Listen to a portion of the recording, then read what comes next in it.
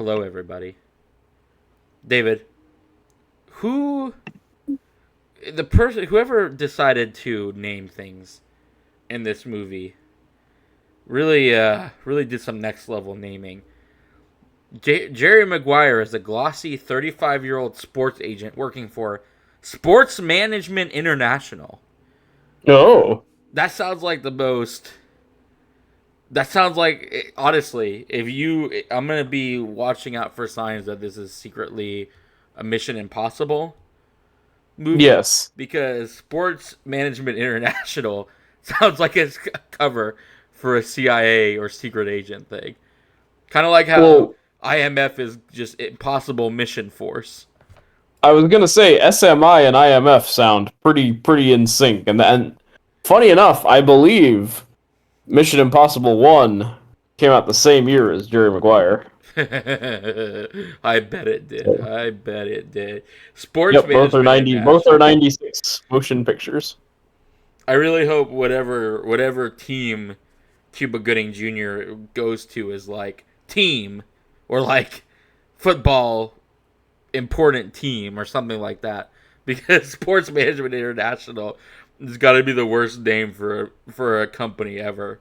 Like, what are you Yeah, doing? What do you do? his team should just be the players. Yeah, the players. Oh, I am so. Hello, everybody. I'm so ready for this because I'm ready to piece this movie together, plummet Been a long secrets, time coming. figure out like where this. Yeah, it's been so long that Film Crit Hulk had another stream since his stream that involved this one, because that's how I found out about this movie, and I have so many questions because the synopsis for this movie makes not a lick of sense as to why it would be good or like why anybody would enjoy it.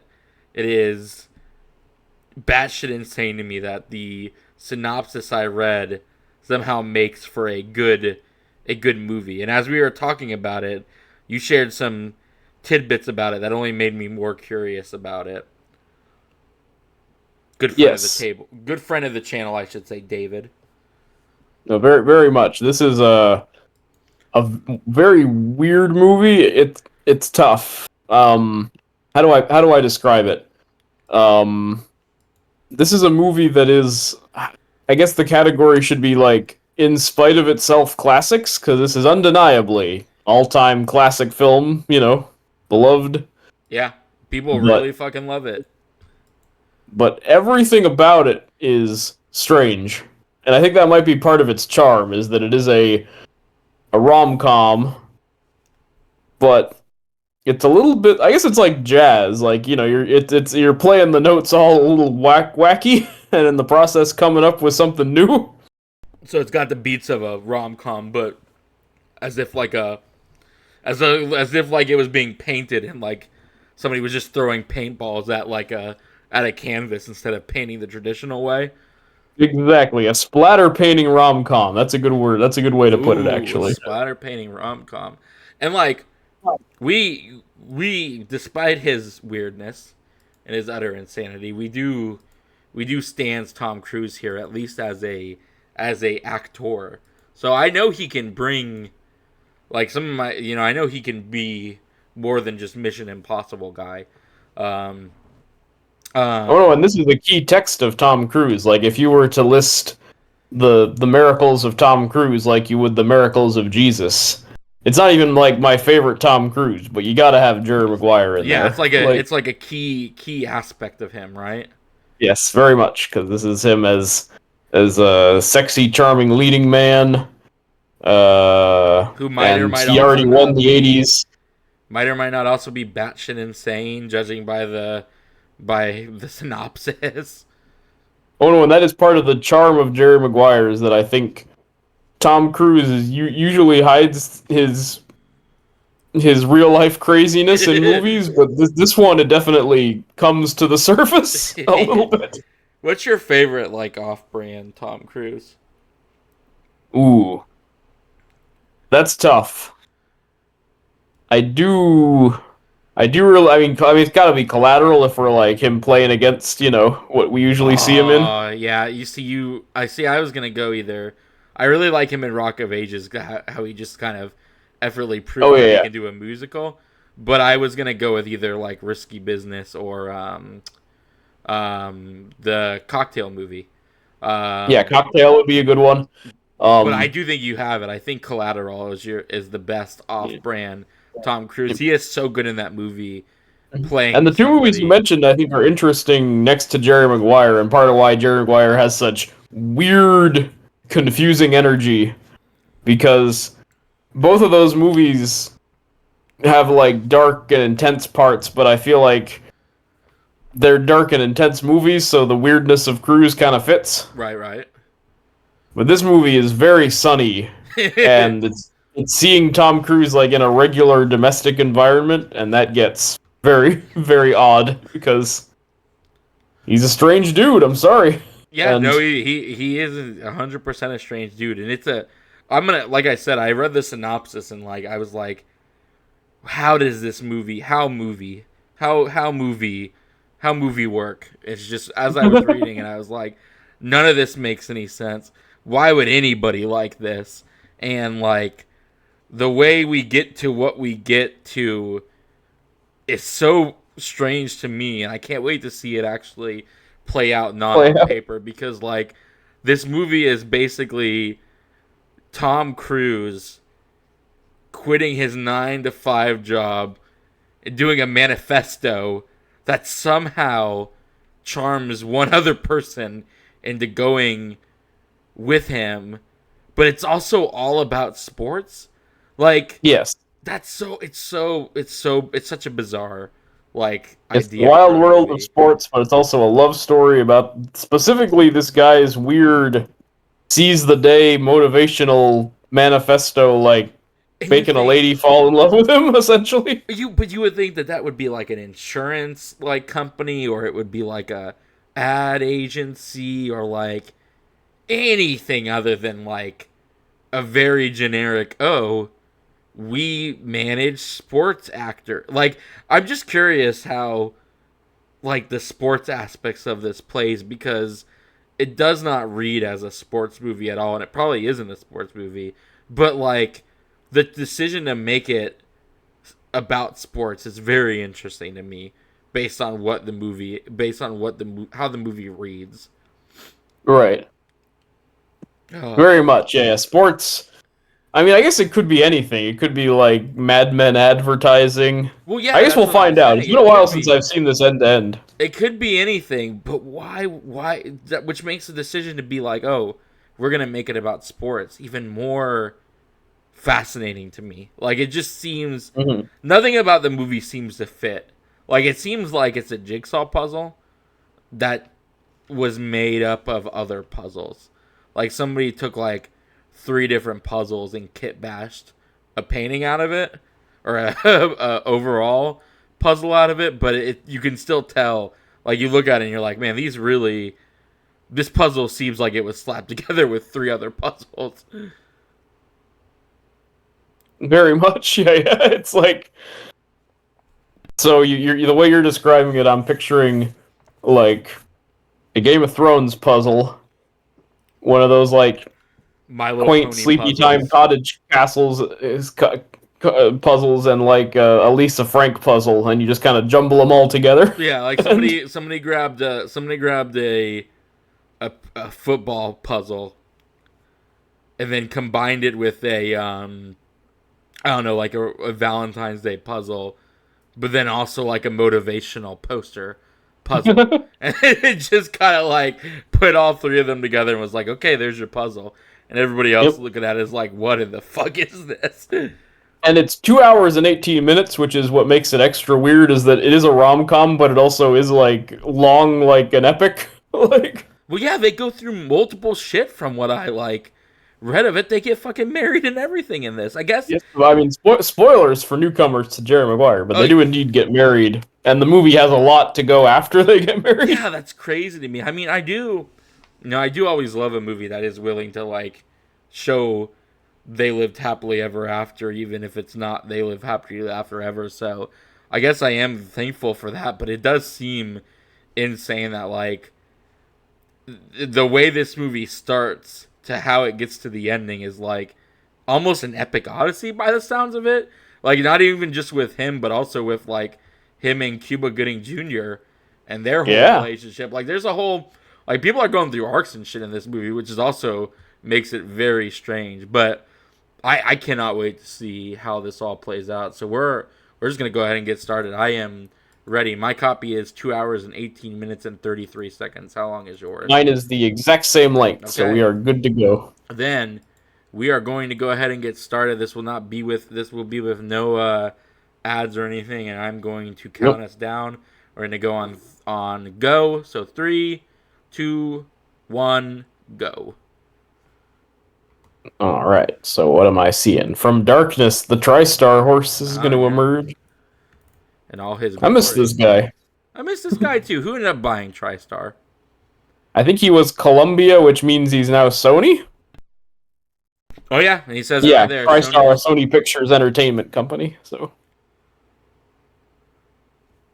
So Amy Pascal and the Spider-Verse own this horsey.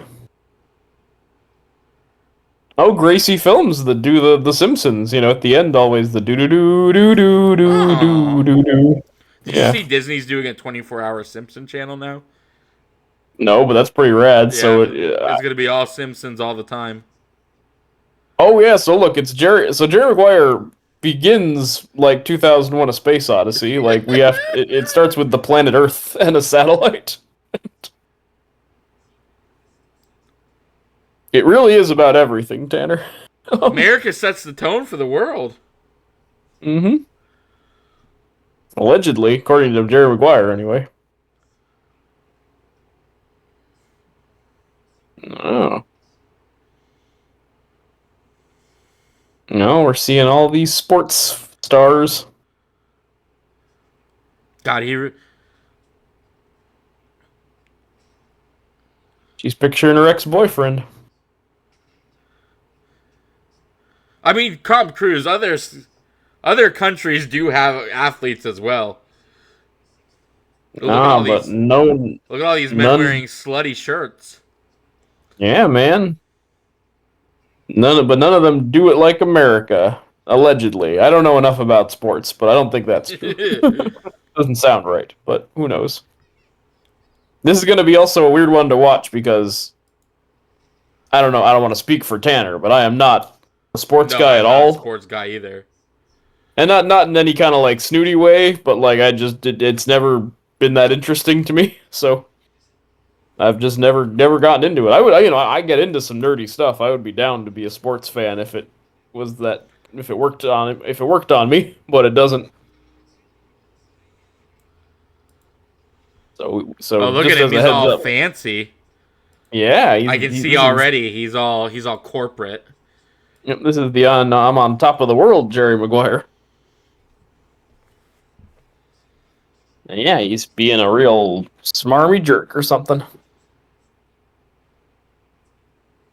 So that's something I'm curious about as we watch this movie. Oh, SMI, sports management. They actually call it SMI. I'm telling you, that is a fucking front for IMF. SMI is just the most ridiculous. Look, it's even got a logo and everything. Let me see that thing. Yeah. Sports He is management. He is going to gas Cuba Gooding Jr. and make a mask out of him while he's unconscious. And or that's how whatever. he wins. That's how they win. Is he Yep. fills in for him.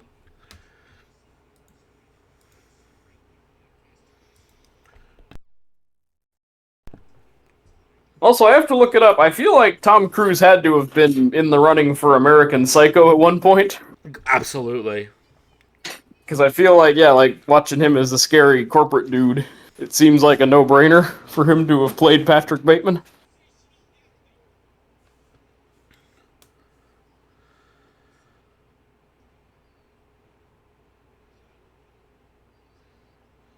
I'm sorry, little fella. I can't sign this. This jerk.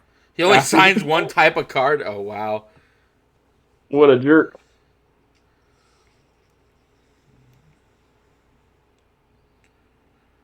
It's so weird to think that like a sports a group of people who manage athletes would need like a big corporate building. Yeah. I guess it makes sense. It is a pretty large industry. I guess, but Certainly more than our hobbies. I oh mean, yeah, maybe not yeah. video games, but yeah, certainly. If you just want to be in this world to make money, as they say in Citizen Kane, I feel like athlete stuff would not be a bad call. Oh, he's looking all regretful. Yeah, man. Oh no.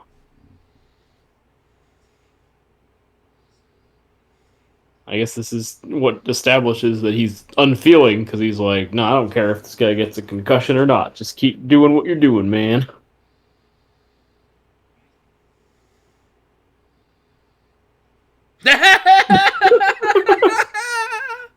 That kid saw right through him. Who would I become? Just another shark in a suit. What a weird, just a weird fucking way to do a movie.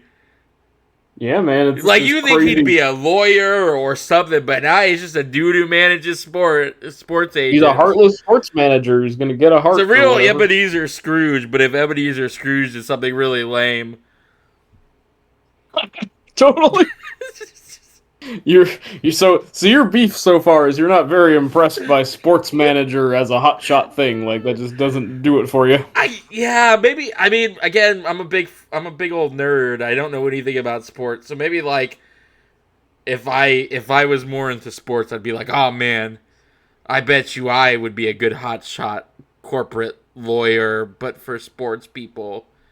Yeah. It doesn't work like I think we are more into the genre, like not just sci-fi and fantasy, but also like Oh, is this when thrillers and mystery. I guess Breaking Bad's a good comparison because like certainly I don't do drugs or have any plans to sell drugs, but it's a little more fun for me to like watch Breaking Bad and be like, I wonder what I would do in this situation or whatever. right, yeah. But yeah, being a sports manager, I agree, does not actually excite my imagination in that way. Oh, he's writing his manifesto. This is when he goes to blow up the building. And it is Ebenezer Scrooge. He woke up in the sheets or whatever, Yeah. and is like, "Whoa, I need to change You my will be ways." visited by 3 sports agents this night. What started as one page became 25. Jesus Christ! Oh, he was his father's son again. Yeah. He's remembering why he got into this line of work. It's not about the money. It's about I guess it's about the helping. sports.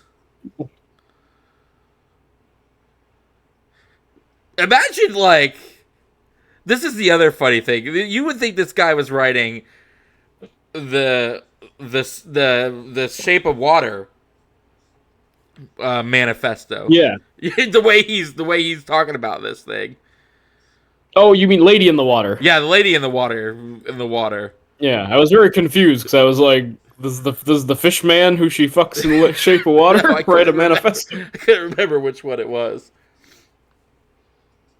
But yeah, you're right. The M. Night Shyamalan's like manifesto that's going to change the world. It's totally that. Is what they're.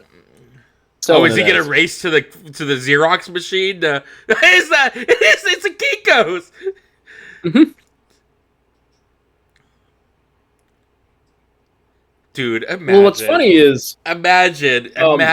You know, I guess this is so funny to me because like I work in a corporate without getting too much into my job. I work in a very corporate kind of place. Like I work for a very corporate company, and the idea of being like, oh man, I'm gonna change the foundation of my company, and I'm gonna write this thing, and I'm gonna shove it in the mailbox of everybody, and I'm gonna change the world is just the most amusing thing to me ever.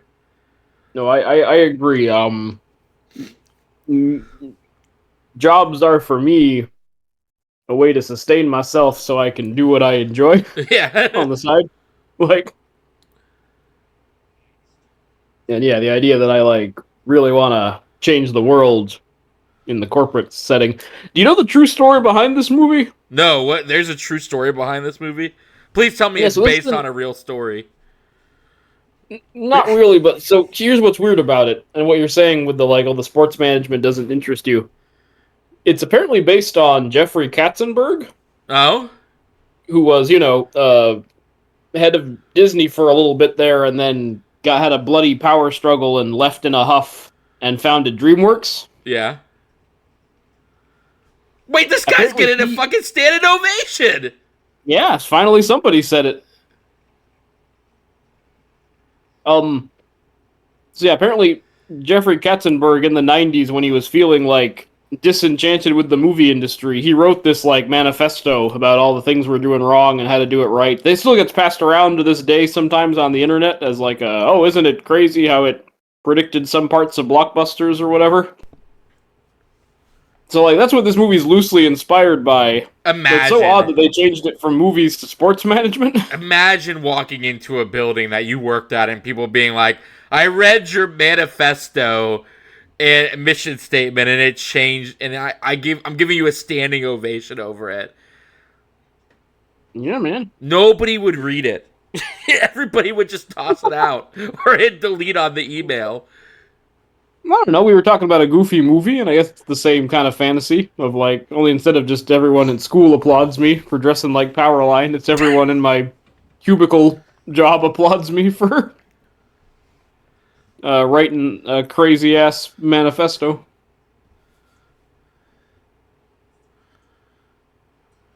Oh, see, he's getting a sexy lady, but I think Renee Zellweger might be his true love, who's in the other seat.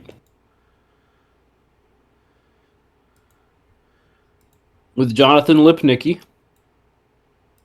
Oh wait, has he got some kind of love interest? Is he engaged?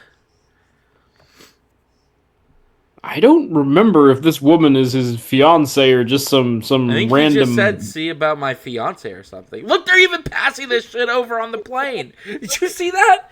They were doing it in the background. Like, man, you got to read this shit. Yeah, it's spreading all over the world like a Harry Potter book. He must have put some boobies or something in it. He just drew boobies inside of it. I think so.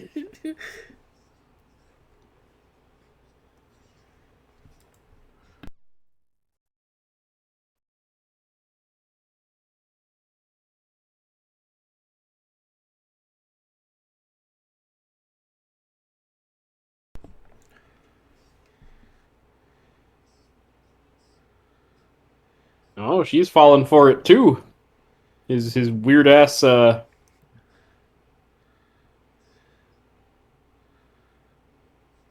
God, look at that. She's so into him. She's like crawling on all fours across the plane.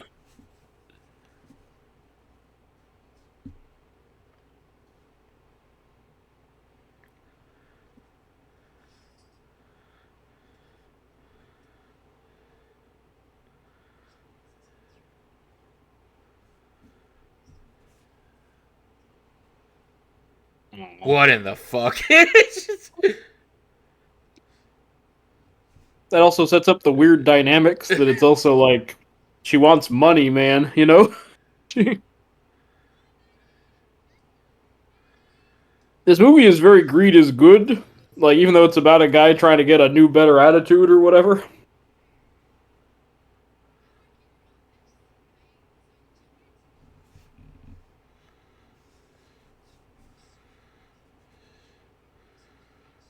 What the? How would you, I would be calling HR just over that.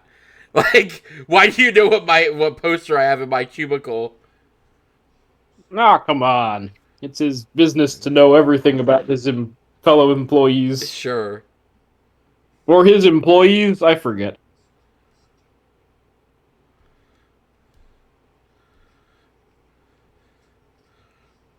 No, we almost had a Home Alone situation with little Jonathan Lipnicki there.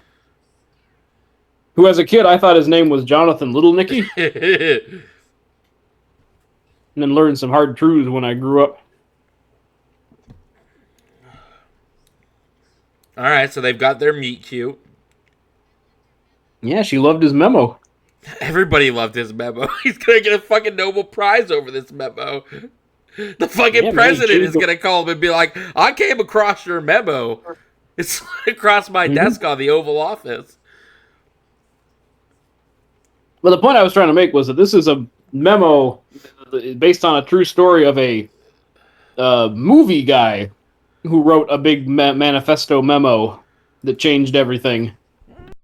But the movie changed it to this sports management story. I guess it's so he wouldn't sue them, but, like, I don't know. Yeah, I think... I do agree with you. I think movie makes more sense. And this is my bias, just because, I'm a movie guy, not a sports guy, but I am kind of like... That goes some way to explaining why this is less interesting to me.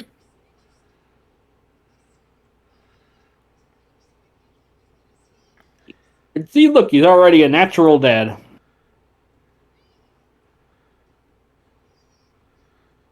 Man, this manifesto is just...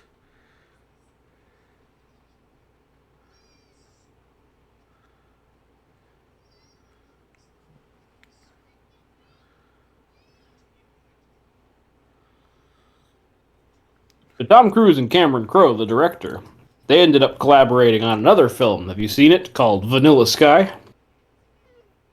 No. Which one's Vanilla Sky? That is an intense sci-fi, what is real, what is fantasy kind of movie. No, yeah, I haven't seen that one. Which we should do as a commentary next, because it's quite wacky in its own way. Though, again, more appropriate, because it's a science fiction thing, more than this. Which is... Gotta be better than Oblivion, his other science fiction movie. Yeah, I think I prefer it to Oblivion.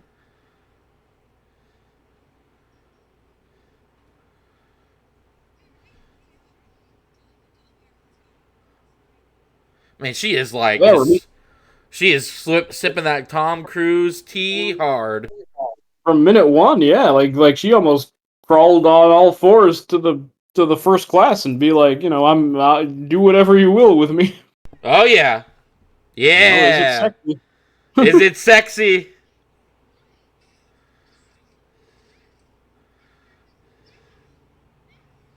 I suppose. I don't know. The dog watching is kind of weird. I always wondered that. I'm not... and this is just getting now too confessional, I guess. But yeah, I've never had sex with, like, a dog in the room. No, yeah. I don't know if I'd wanna. I mean, when you get kids, and you get that baby, yeah, you have to make some choices about like where they can be at in the bassinet, where you want to get down and dirty. But that's the closest I've ever gotten, and child was well and full of sleep. I was watching an episode of Boardwalk Empire about this very issue. Yeah.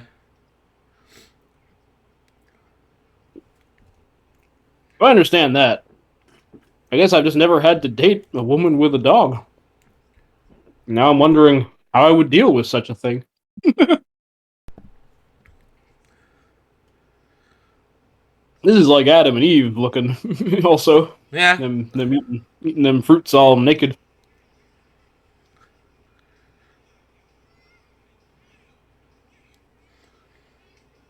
He's so popular with all these cigar smoking. Dude, he really is like he is the most popular sports management guy in the world. Because he told it like it was, Tanner. Yeah, but like it didn't get him a advancement or promotion or anything. Why are these people acting like he like fucking? It gave him respect. It got him respect, which is more important than money. Everyone loves you. See, pisses that guy off. That Eric Stoltz.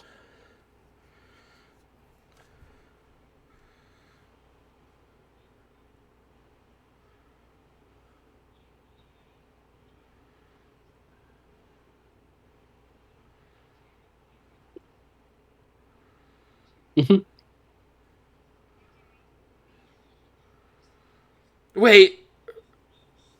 These are all the people. Are these all the people? Well, besides the old woman, are these?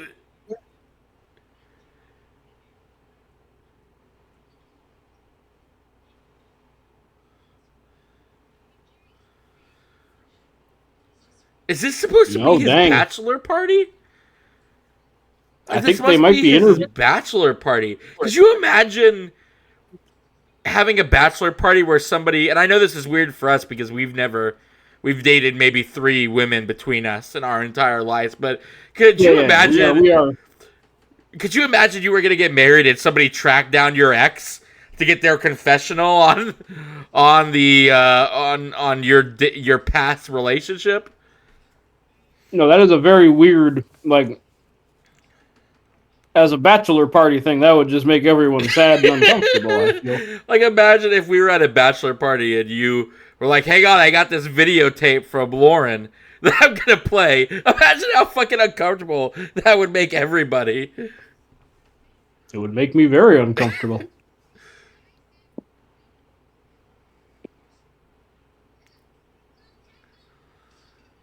I guess it does make Jerry himself uncomfortable because he's having second thoughts about all that shit. Well, and everybody said he couldn't, he was incapable of being alone.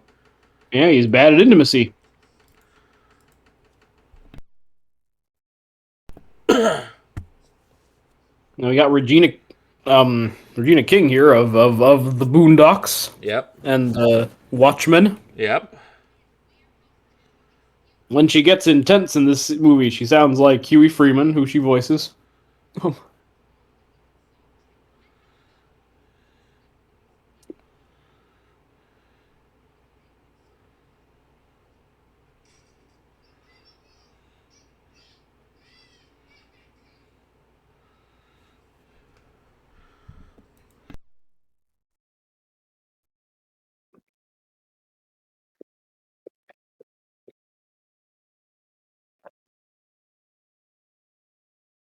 Oh no!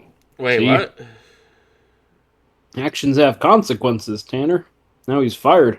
For what? Everybody loved it.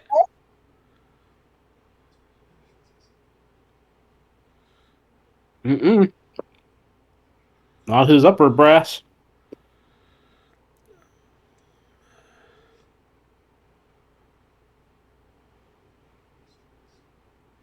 Mm-hmm.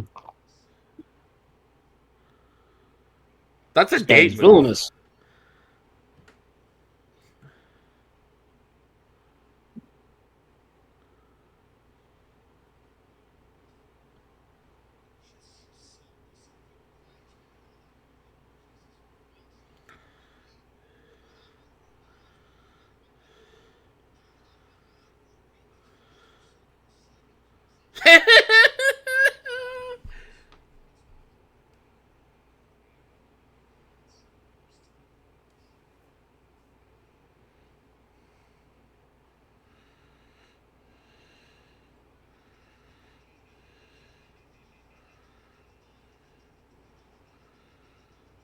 What is he storming the Capitol now?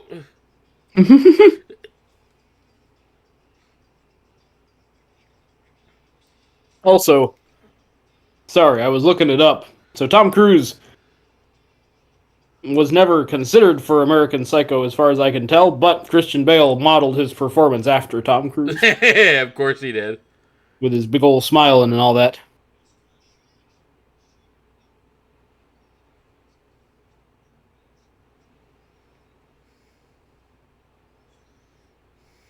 Also, did you watch that Ted Lasso show or ever have any interest in it? I've heard it's good, but I've never. I enjoyed the first episode, but I never watched past it. I've heard it's very good, but yeah. I've heard it's good, but I've also heard that the last season there are episodes that are like 75 minutes long. Wait, is that's You Know Who? That's You Know Who? Yeah, Donald Logue. Yeah, it's Donald Logue. Of Terriers, and yes, the thing everybody knows him from, Terriers. Not the million of other things he's been in. He's been in Blade too, as well. Yeah. The coolest vampire in Blade. Yep. And he's Detective Bullock in the Gotham show. Harvey Bullock. He was in a few episodes of Sons of Anarchy, but they killed him off kind of fast. Yep. Spoilers for that show.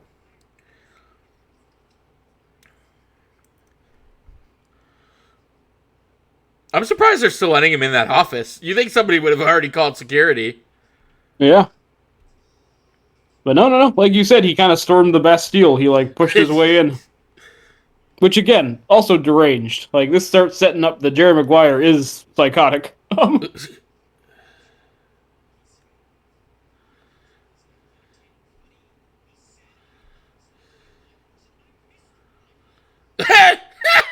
Mhm. I'm Mr. Black People. This has got to be the most unhinged thing I've heard Tom Cruise say. It's pretty wild. It's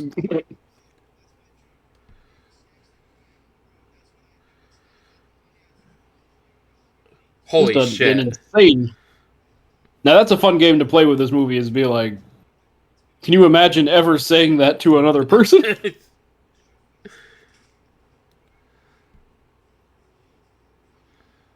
Now he's getting beaten by his smarmy rival.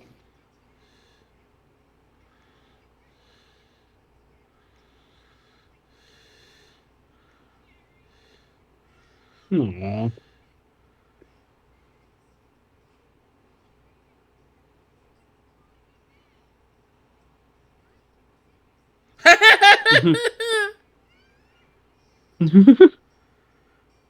Oh.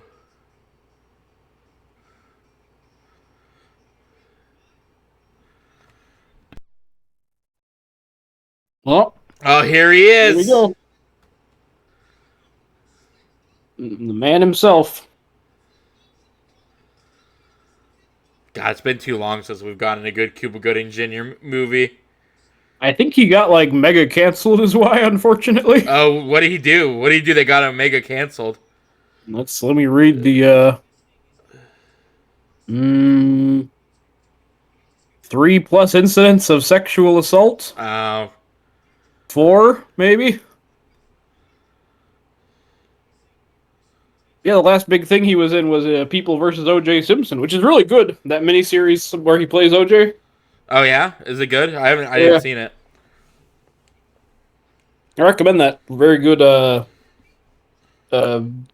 just a cool ass like based on a true story thing.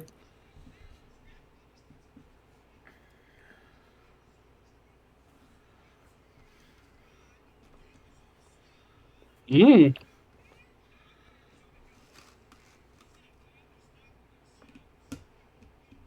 He's got an ant problem.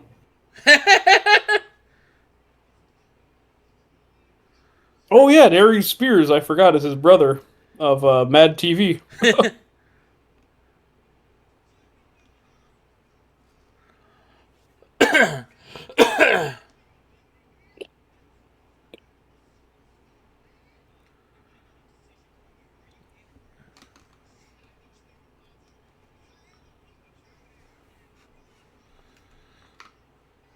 I forget who plays his smarmy rival. He kind of looks like Matthew McFadden, but I don't think it's Matthew McFadden. I think that's the dude from Rat Race. The dude who is the like who is there like remember how there's a guy who like is responsible for getting all the rich people's like shit? And then at the end Oh, the stripper convinces him to go after the money and they race away to try and get yeah, it I together. remember that character. I Yeah, I think think that's a that's that different. dude. I'm pretty sure it's that dude. Mm. I might be wrong though, but he has that dude's face.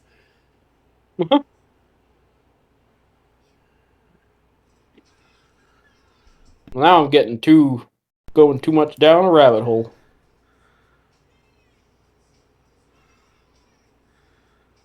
Oh, I have heard this movie is like infamous for like making a lot of like sayings like "show me the money." Yep. A lot of catchphrases come from this movie.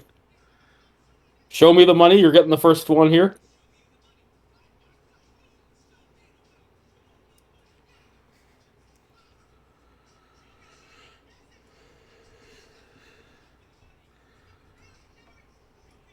I can't figure out who his arch enemy is. I'll figure it out after the movie because I'm missing "Show Me the Money."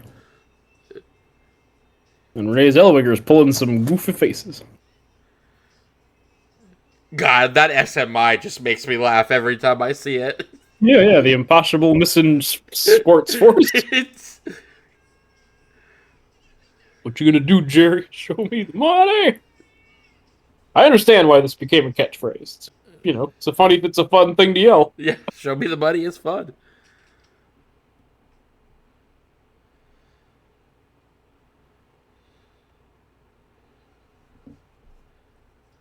I cannot believe nobody at no point was like, "Hey, you got to leave the office. We fired you like 3 hours ago." He just I have literally been called before, like woken from a dead sleep at 7 o'clock in the morning to be told, "Hey, you don't have to come in today. We fired you." like, like, Jesus. like that is legitimately an experience I've had. The idea that they would let this guy stay in the building. That is an episode of Seinfeld where George quits but decides he changed his mind, so he decides to just come back the next day and just pretend it didn't happen. So it could have worked, I guess. Jerry Maguire clearly made it work. He got an extra day out of.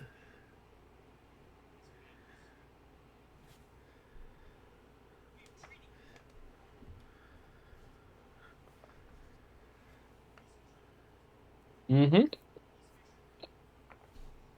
What? Yeah, fish are very important to this movie, as you'll see. He's gonna steal the fish.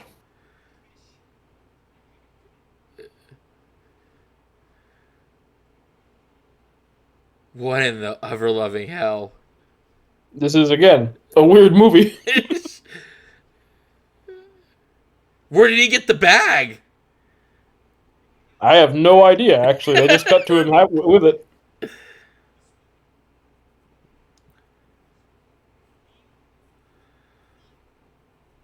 Now compare this to Wolf of Wall Street, where Jonah Hill just eats the fish. Yeah, yeah.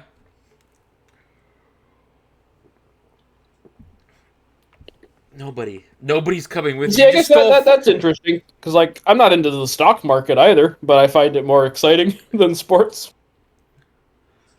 Well, and when you think Wolf of Wall Street, when you think stock market, there is an inherent sexiness to it.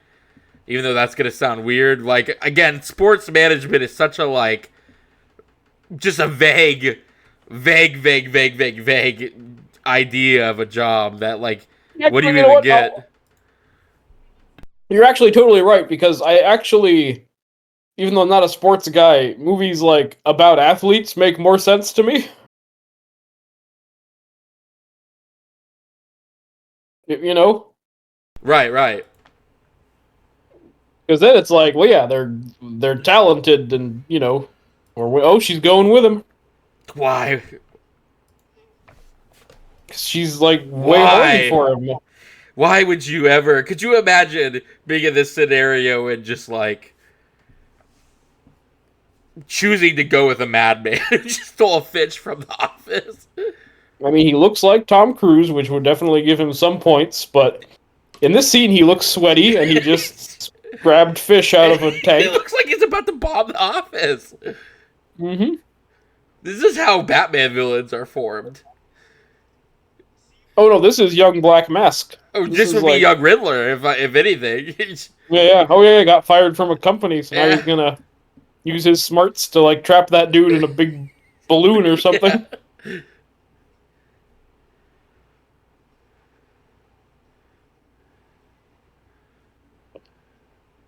Oh, and everyone goes right back to the rat race. Well, yeah.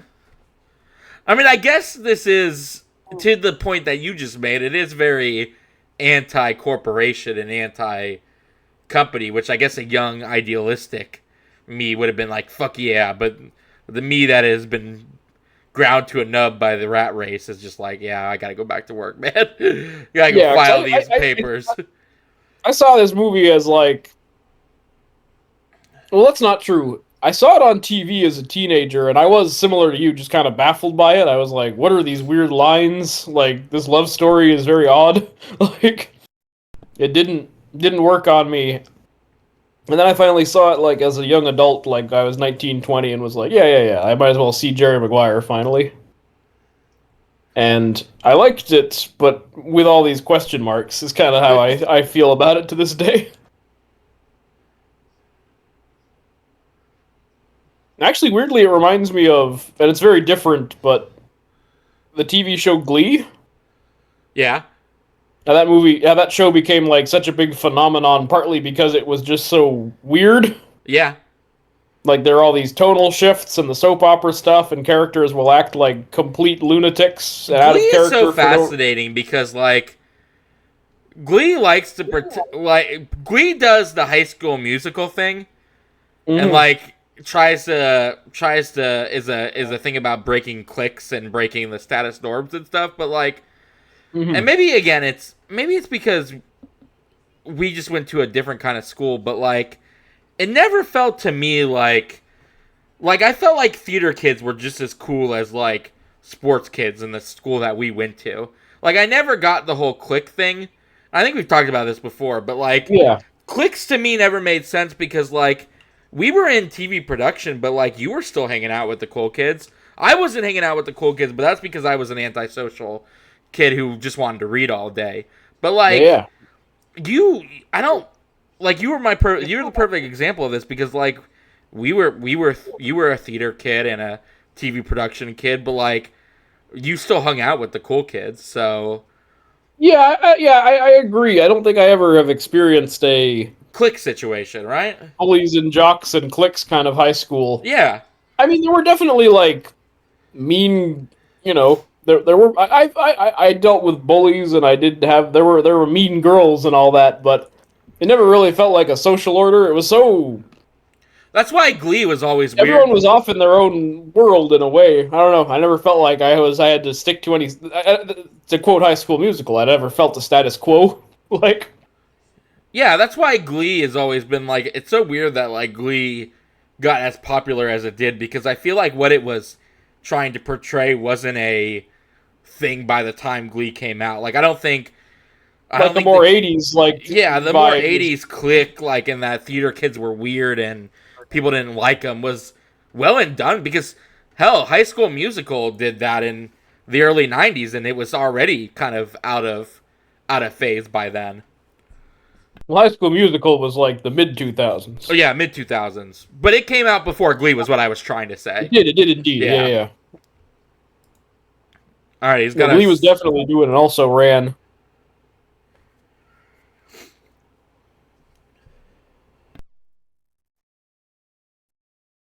I don't know. I think it probably depends on the school. I feel like there probably is still in the 2000s there was probably still bullies and whatnot, but I feel like it was on the way out because of the big anti-bullying movement yeah. that started happening post Columbine, where everyone was like, "Be nice to each other, kids." And again, I mean, I feel like being in the theater and stuff was. Oh, who's this dude? This isn't Cuba Gooding Jr. Mm-hmm. Oh, this is Beau Bridges, who I just saw in the movie Sidekicks with Chuck Norris. He's the dad in Sidekicks,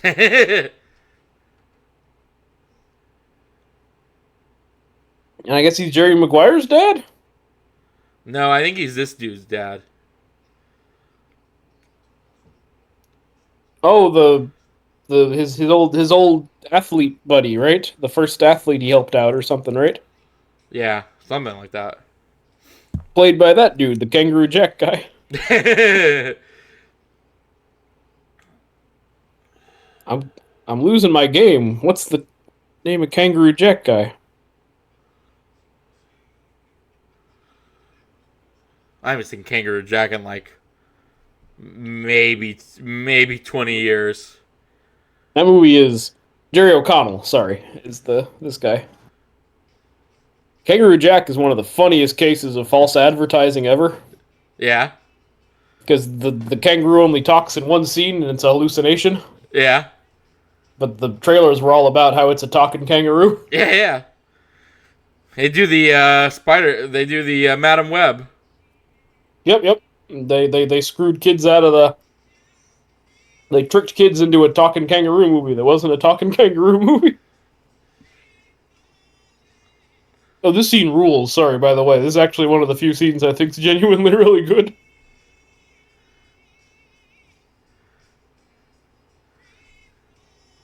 That's one of the saddest parts about not having a driver's license to me is I've Mhm. never had that experience of just like rolling down the windows, blasting the radio as high as I can, and just like singing out. No, I know.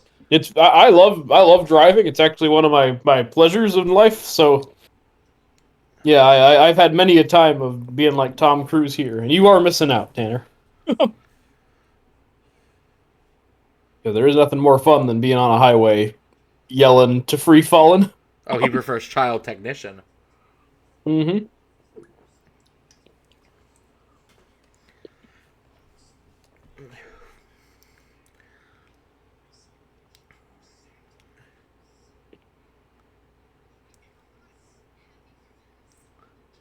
At least Yeah, man, I he is guess at great. least he wants to be a team player. Yeah, that's cool of him, but yeah, like, see, that's kind of, but that also just sets up the weird dynamics of this love story, because, like, she's his, like, She's disciple, his essentially, you only, know? yeah. It's like a Jesus Mary Magdalene situation, where she's just No, like, it's a Bellatrix Lestrange Voldemort situation. totally, yes, yes, yes. The When Bible, he's Harry both Potter. into the cause and into the guy. Yeah, yeah. And it's all tangled together, like, because I don't know if she's horny for his philosophy or him. I think it's Who both at knows? this point. Yeah.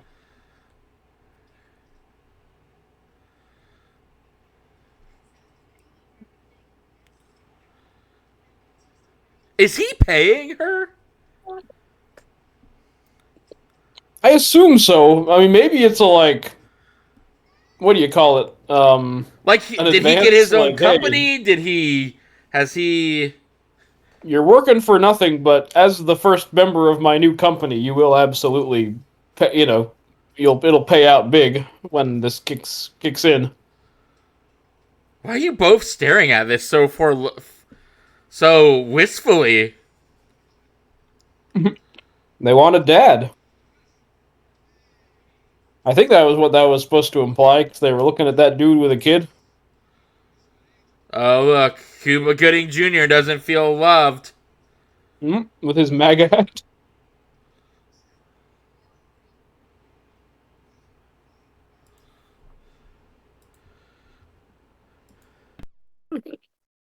Mm. I guess I kind of like it is interesting. I guess that he writes this manifesto about like making it more people and like caring about people more. Loses Mm-hmm. all but two clients, kind of slips back into his old ways, and I guess is gonna get another lesson. I guess that's kind of. I guess you do want the human element of like him having people to manage, which is why it's a sports thing. But it still Yeah, is more than super just like trying to strange. sell like the Don Draper thing, like Yeah, where it's just. Yeah, so I guess yeah, it does have to be a business where you're like selling a person. yeah, And I guess I get it, because there's like a bajillion movies about like acting and singing careers or what, you know. yeah. No, no, no. So Right, right. that does make it stand out a little more, that it's not just like he's managing like, talent in that way.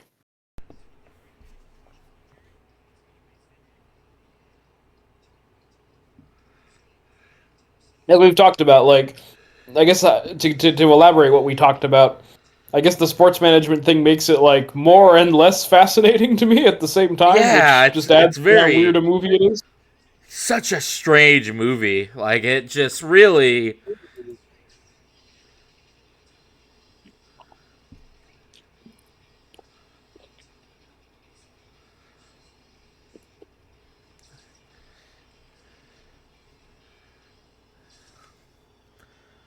Like, is this thing that he's really good at talking people up? Like, I guess the other thing is like, what is his X factor in all this? And maybe they explained it better at the beginning, and I just missed it. But like, I guess he's just really good at like talking people up. I guess so. I'm not quite sure either. That's actually a problem with this movie, which is, yeah, because it's not really it's not a Wolf of Wall Street in that it really like wants to show you the process. Yeah, Because it's also taking up time being a rom com and stuff. Like, it has a million things it's doing, so it can't really be like this is about the nitty gritty world of sport managing. right, right.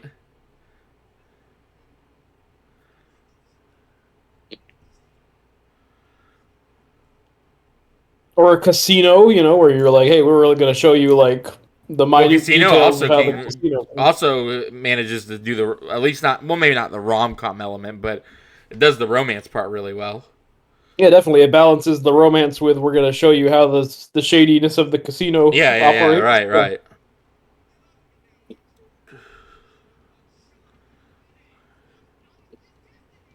Mhm.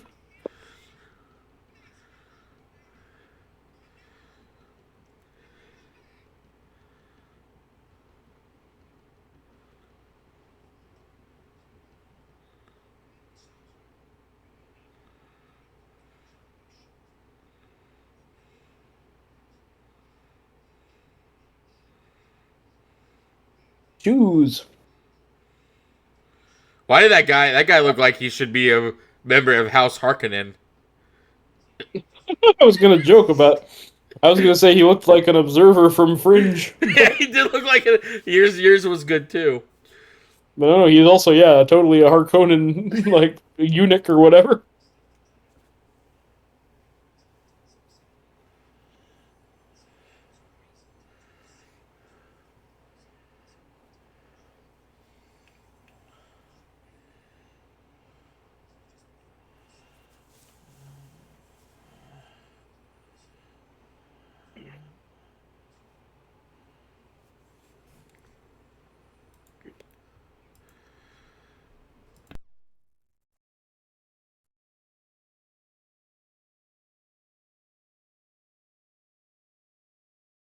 Oh no.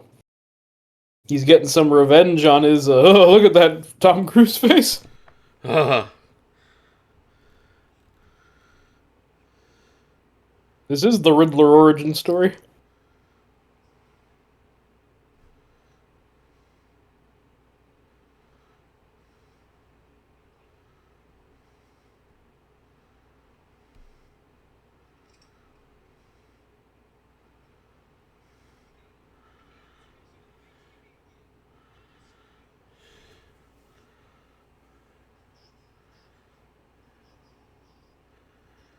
Tom Cruise is gonna kill everybody in this room.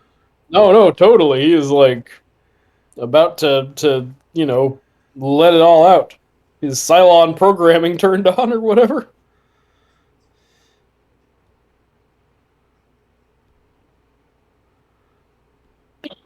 Pardon me. I need you to sign and give me your blood. Put your blood on this dotted line. Oh no, yeah, he is pulling out his inner Lestat. Or the Wishmaster. He kind of looks like the Djinn from the Wishmaster movies.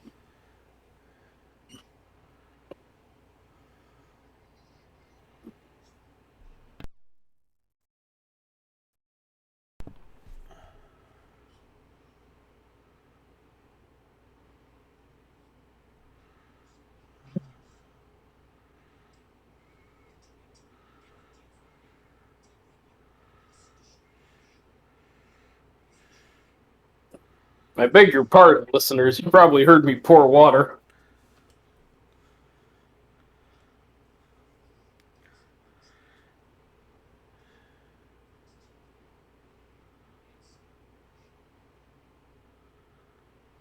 Oh yeah, he signed with Sugar Tom Cruise. Oh no, he already did what he wasn't supposed to do.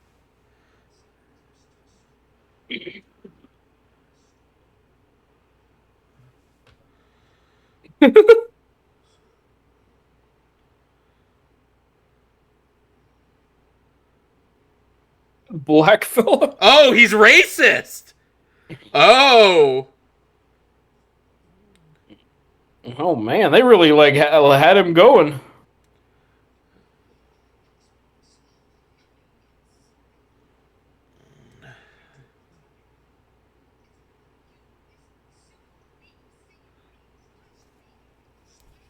Oh no, his is that lady his lady friend's friend? no longer into him because he's not good at selling people no more.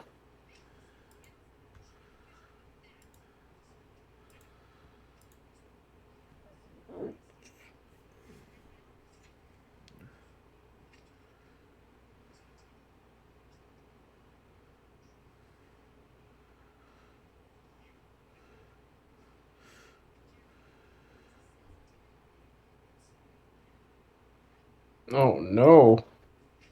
I don't cry at movies.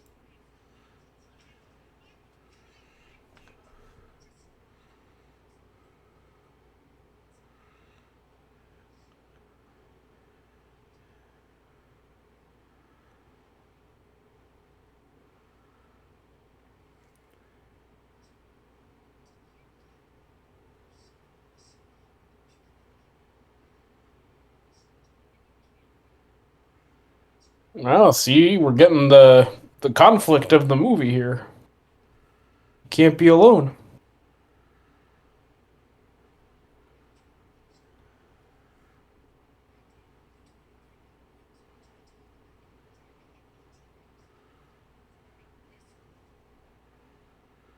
Wow, she really doesn't want to lose him for reasons. I honestly thought she was going to be cheating. No, she's just cold and evil. Like she's still a business shark or whatever, and he's a changed man now. How fucking weird. It is goofy. Oh, Oh yeah, yeah, she's there we beating him go. up. Honestly, that's kind of all of that was deserved. Oh, very much so. It's kind of amazing that he broke up with her though, because I was 100% of the mindset that she was going to break up with him Yeah, that it would be like I because was he's a saying, like, loser oh, now. yeah, like, oh, you're a loser now. I'm out of here.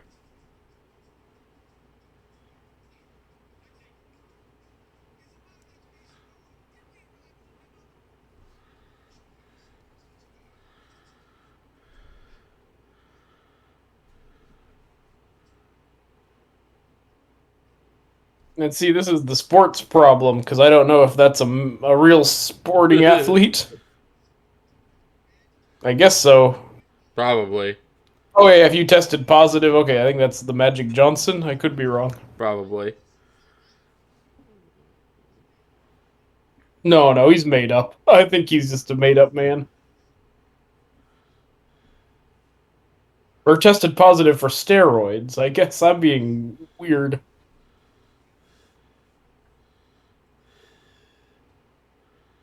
See, this is unfortunate. We don't have a sports person on this show because I am showing my full butt and trying to guess who's who. But we can see Tom Cruise's nipples. That's got to count for something. Oh, no, no. See, wait, I can talk for 15 minutes about Tom Cruise's nipples.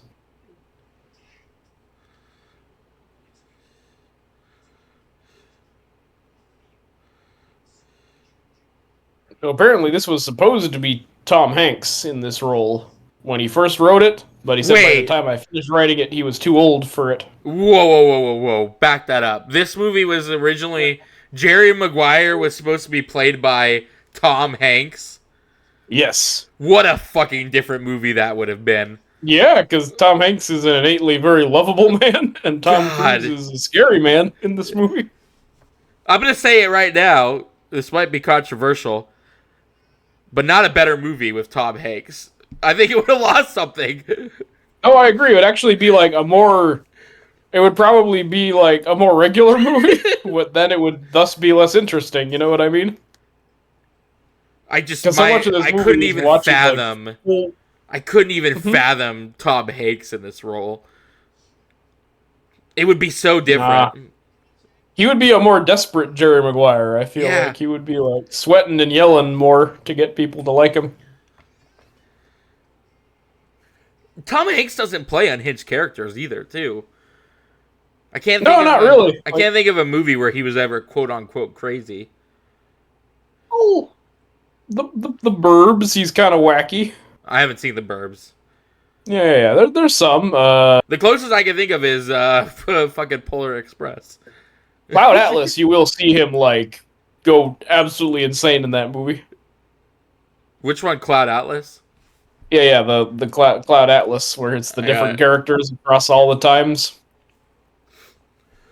At one point, evil Tom Hanks says, "Oh, the weak are meat and the strong do eat."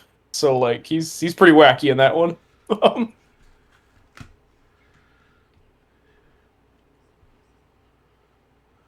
Oh yeah.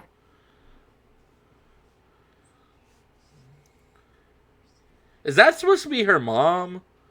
That's her sister, I believe. Wow, that's They don't look alike, the but I do age like the difference lady playing on his them sister. as well. Huh? The age difference on them as well, even though there might not be an age difference. Yeah, you might just be like, you're too Hollywood pilled if a woman doesn't I'm have her. the face pulled back. It's they're too old. I'm her disapproving sister. No,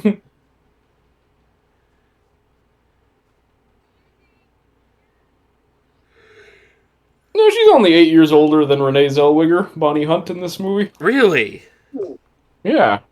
I mean, Bonnie Hunt looks great. I just, they're Renee. I think Yeah, right. they're making Renee look a lot younger. I think than she actually is. Well, she is the naive one, and Bonnie Hunt is the Yeah. more cynical, like, this guy's no good.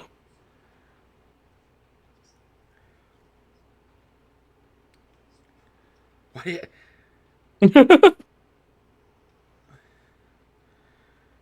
He looks like he just got done robbing a convenience store. No, very much. He looks like Reservoir Dogs, man.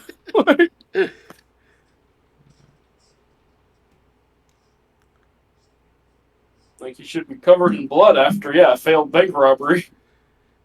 You're not still gonna be friends. She kicked your ass. Yeah, I don't know. She punted him to the curb for being a big old jerk. I think it was more for being a big old loser. True. But he was a big old loser, but she was gonna stay with him anyway, but then he broke up Which with her. was so again, it's so weird. Like I think they went out of that way to make him like the bad guy in that situation. Very much so. Just so you'd be a little amused when she punches him. But see, okay, so this is like part of what made this movie a hit was their chemistry in this scene. Use the front. Wait, why? Wait, wait. What? Wait, I have so many questions. Do you keep it like that all the time?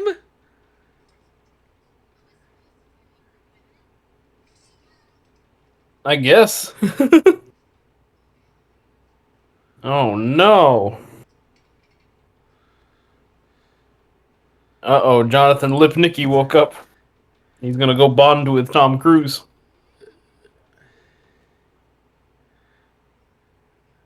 We gotta do a commentary on the little vampire.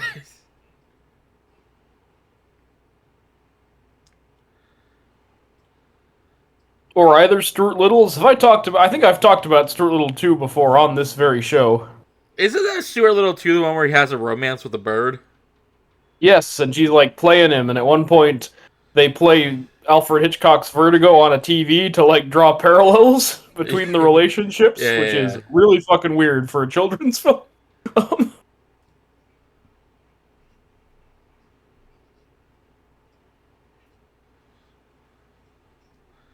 Aw, I he's love doing a little how impression. I love how I love how Cuba Gooding Jr. is calling to have phone sex with Tom Cruise Yeah, man, they're in love. while in the tub with his son. Yeah, he's got a work wife and a home wife. Aw, she's trying to help her out. Or is she trying to dress her more conservatively?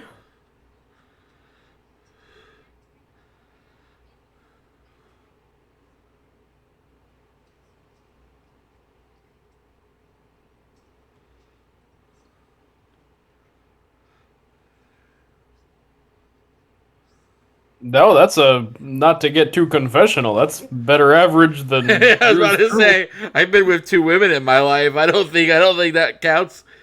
I think you're doing better than me, Renee Zellweger. Yeah, man.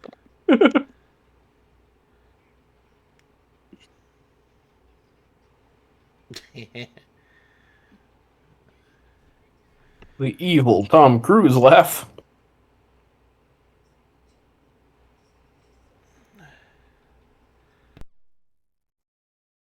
Who did we fan cast Tom Cruise as recently? Oh, Morlum. We thought he would make a good Morlum in a Spider-Man movie. Yes. That would be our pick for him in the MCU. I could imagine getting Tom Cruise to be being a Lestat energy vampire again. Oh god, he would hate it, but I would love it. Yeah, I feel like he wouldn't be down, but It's kind of funny how much he dislikes Lestat, even though that's like one of my favorite yeah, that's Tom one of my Cruise's favorite of his roles. performances. Yeah, But because yeah, he's so fucking good at being bad. yeah, you see he that in Collateral. Yeah. He doesn't play villains too much. No, I don't think he. I think he very much has that hero complex. Yeah, it's got to be a He cool. wants to be the guy who saves the day. Yep. In a way, this is kind of the perfect role for him because it is that it's him being like, "Fuck corporate, I'm gonna do my own thing, and it's gonna work Totally. out well for me." Again, that's why I can't That's why imagine I Tom am. Hanks in the role because it's like so anti. Well, this is such a Tom Cruise role, I guess I will say. I've talked about Judy before when we last did a Tom Cruise movie. Oh, really? Wait, what? Judy? What about Judy? That's a movie that comes out next year, October 2nd, 2026, from the director of The Revenant. Uh huh. And the premise stars Tom Cruise. The premise, ahem. The most powerful man in the world embarks on a frantic mission to prove he is humanity's savior before the disaster he's unleashed destroys everything. Oh, so basically he's playing Lex Luthor. A little, I guess, a remorseful Lex Luthor, I guess, is the... He's like running around trying to be like, sorry, I let the bombs go. Whatever he did to destroy the world, he's trying to undo it. But I feel like that's going to be a very perfect for Tom Cruise role if he's like trying to convince people he's a messiah. Like, oh yeah, but the fire poker scene. Sorry, I'm talking over like the craziest scene ever. Let me tell you something about Jerry Maguire as I poke this fire extinguisher at you. And This she's like fire charmed poker. by him. I know. She's like, oh, he's so Imagine if your lovely. boss came to your house at 11 o'clock at night and started doing this. Could you imagine? No, that point of view shot is crazy. Oh, look, it's the fish. Yep, It's Flipper. his buddies. The only other one who was man enough to walk out with him. Did you say it's Flipper? I think that's what he called it. He called it Flipper. Oh, okay. Yeah, I forgot that. I thought that was He a did good name reference. it. He took it and named it, I remember that. as a good pet owner does. It was fishy and wishy. I'm whatever. sorry, I still can't get over the frosted glass situation. Like it Oh, is just, yeah, yeah. it is just insane to me that they were just like use the frosted glass and pulled it out. What kind of hoity-toity life do these people live? I don't know, man. So We'll talk tell you about the one thing 90s. though, and after this movie's done, I'm definitely gonna go put a glass inside of my freezer. Have myself a Yeah. frosted glass of Pepsi tomorrow. Hell yeah. Drink it out of a cool. Yeah, yeah. A Pepsi, do a beer, especially if you're at work. Drink on the Now, job. David, you can't talk like that anymore. You're gonna be driving now. You can't drink and drive on a college campus. I know. You're gonna run that. You're gonna Dukes of Hazzard that golf. Wow, I will say, he I just know for went a lot of right. friends, He just went. Did you see that? he went right for the He boobies. went Yeah, right for the boob. he moves fast because he can't be alone, like his ex lady friend told him. He fucking just.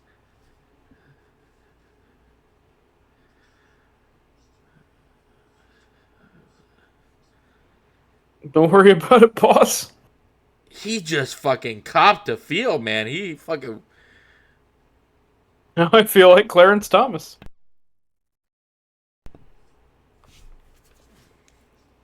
He's remorseful that he harassed his Yes. employee. That's a plus.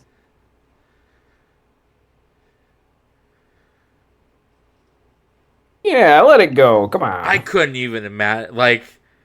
Doing first and second base all in the same. Wait, that's not. That's second and third base all in the same night is a power move if I've ever seen one. Oh yeah. I actually don't know the base rankings, No, I so don't know the banks. I think a home run is you having sex. That's about oh, home basic. runs are in play. I think so. Well, we gotta find out. Hang on, I'll pull it up. Home First bases base slang. Okay. sexual meaning. No, no. Okay, so first base is kissing, making out or Alright. open mouth kissing. Second base is touching above the waist, such as So he touching was second breasts. basing it. So he went to first and second base. Yeah. Third base is stimulating below the waist. Yeah, Fourth, but a home or run you are is right. sexual intercourse. But if I you get should to never fifth have base, doubted that means you. you've done anal. I should. Wait, what about anal? So according to what I pulled up, it said home run is sexual intercourse. Fifth base, in some cases, anal intercourse. Oh, okay. Yeah. So I guess you I buy it. got a whole plethora of bases you can run. Yeah, I didn't even know about those. I just knew, yeah, first, second. I knew second base was the boob grabbing, but everything else I was unclear on. So yeah. So he did get to second base. By get I mean he groped that woman. This guy literally has a thing that says "I am the king." Well, to be fair, look at that guy. He's the king. No, the only king is Elvis. Yeah, and he lives on the moon now, just with like Steve Rogers. Right. As what do you call him? No, sorry. Elvis isn't dead. He just went home. That's what I was trying to do. Yeah. You think there's Tommy an Lee Men in Jones. Black the animated series episode where they go see Elvis or something? Oh, I hope so. We'll find out. I feel like that line they should, definitely do things about.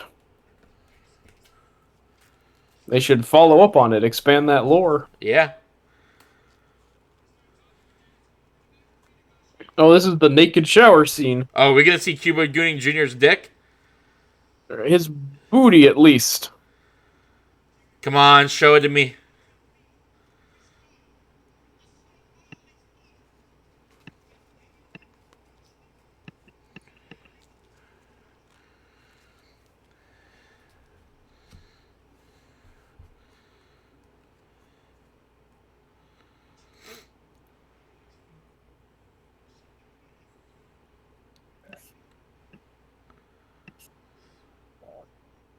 Mmm.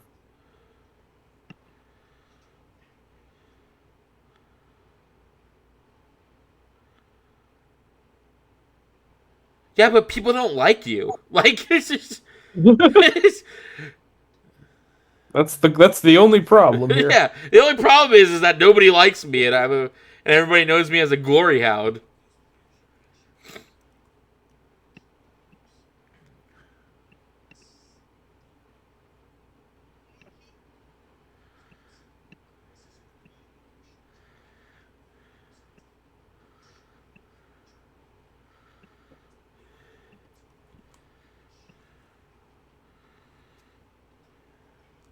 No.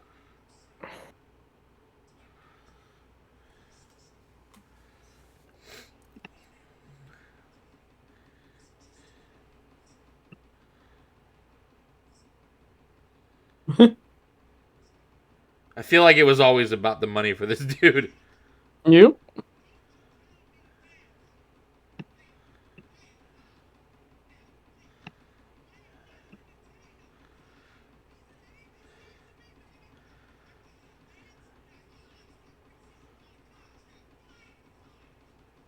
Jesus. I don't know. I'd want to kill this dude at this point. So Yeah, man. Dear Maguire, man, I don't know. As a protagonist, he's not the most lovable person. well, they're both horrible, which is kind of also funny. Like they're actually a match made in heaven for each other. Yeah, they're made for each other. Yeah, they really are kind of like perfect for each other in the worst ways. It's like watching a parent have to deal with a child that is just like them. Yep, very much.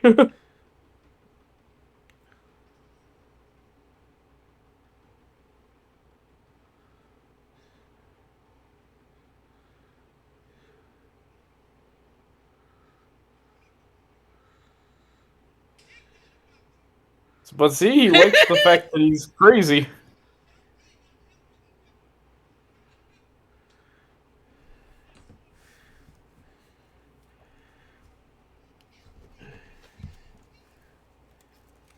I also feel like sports people understand that they're also entertainers.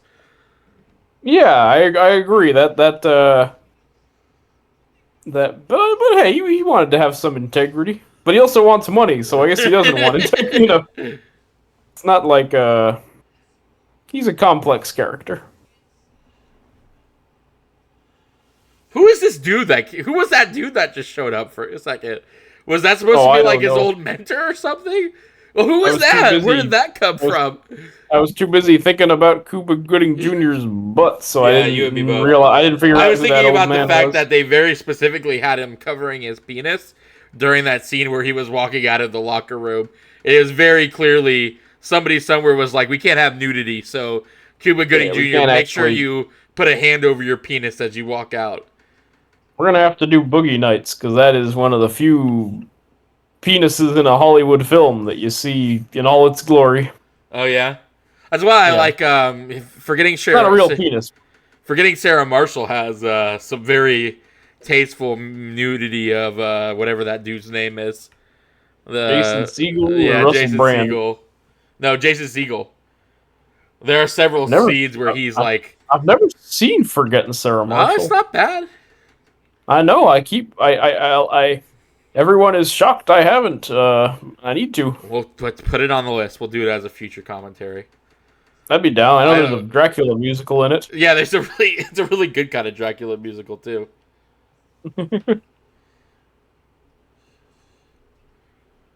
Wait, so even though he like lost everything, he still managed to get a office on the beach? Yes. Oh, she was so down for dinner, man. Of course she is. She's also kind of losing it. Well, yeah, of course he is. He's, I assume, about to face homelessness, but maybe not because he's got an office on the beach. But I was saying she's about to lose it too. Oh The way yeah, she was like, "Yes, I know a great place. I want to go dinner with you." Like, I mean he did cop a feel, so yeah, they're basically in love now because he touched her yeah, boobie. second base. What is this? Also, what is this group of ladies? Is this a book club or? Mm, I forget. She has this gaggle of women that help her out. Aw, he likes Tom Cruise. Hey, that he said what I was thinking. Yeah, yeah. I called it. That's why you come to He this brought a duffel podcast, bag listeners. full of. Why would you bring a What? duffel bag full of gifts? To charm the pants off this little kid. See, she likes She's him. so into him. I don't. Yeah, because he's nice to that kid. I guess.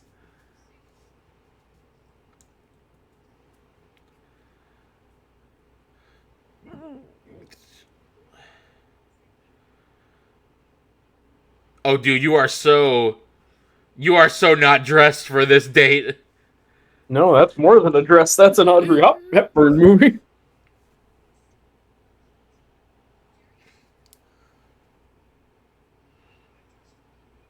No, you're not.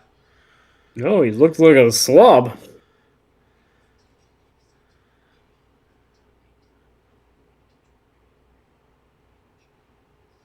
Oh, right, this guy's way into jazz. That's his gimmick.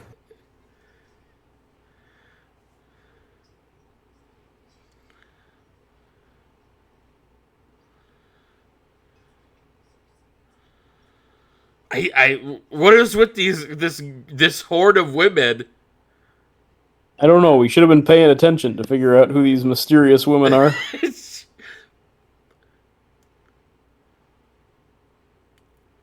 Dude, if your girlfriend's kid is asking you for hugs, you're gonna have to evaluate what you want out of this relationship. Yeah, man, he is like all over Tom Cruise. He really Everybody is loves like, him. love me, love me. Like, I would be very concerned if I were Tom Cruise. Be I'd be like, very oh concerned man, if I was Renee Zellweger. I'd be like, hey, kid, I don't. You might maybe you shouldn't come over anymore to the house. yeah, because he is just not. He has chosen you as his father, so Yeah. you really have no choice now.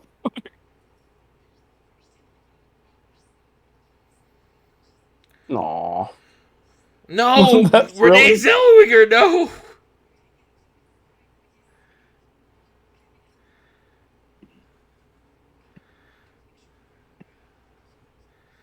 I am so the sister gives such mom vibes that it's very hard to like untangle that from my mind. Yeah, because Renee Zellweger's just jumping into this, and her older sister's trying to be Well, she didn't even wear paternal and didn't even wear shoes. You're gonna get maternal. pneumonia. The ground is cold. They're too cool for shoes, man.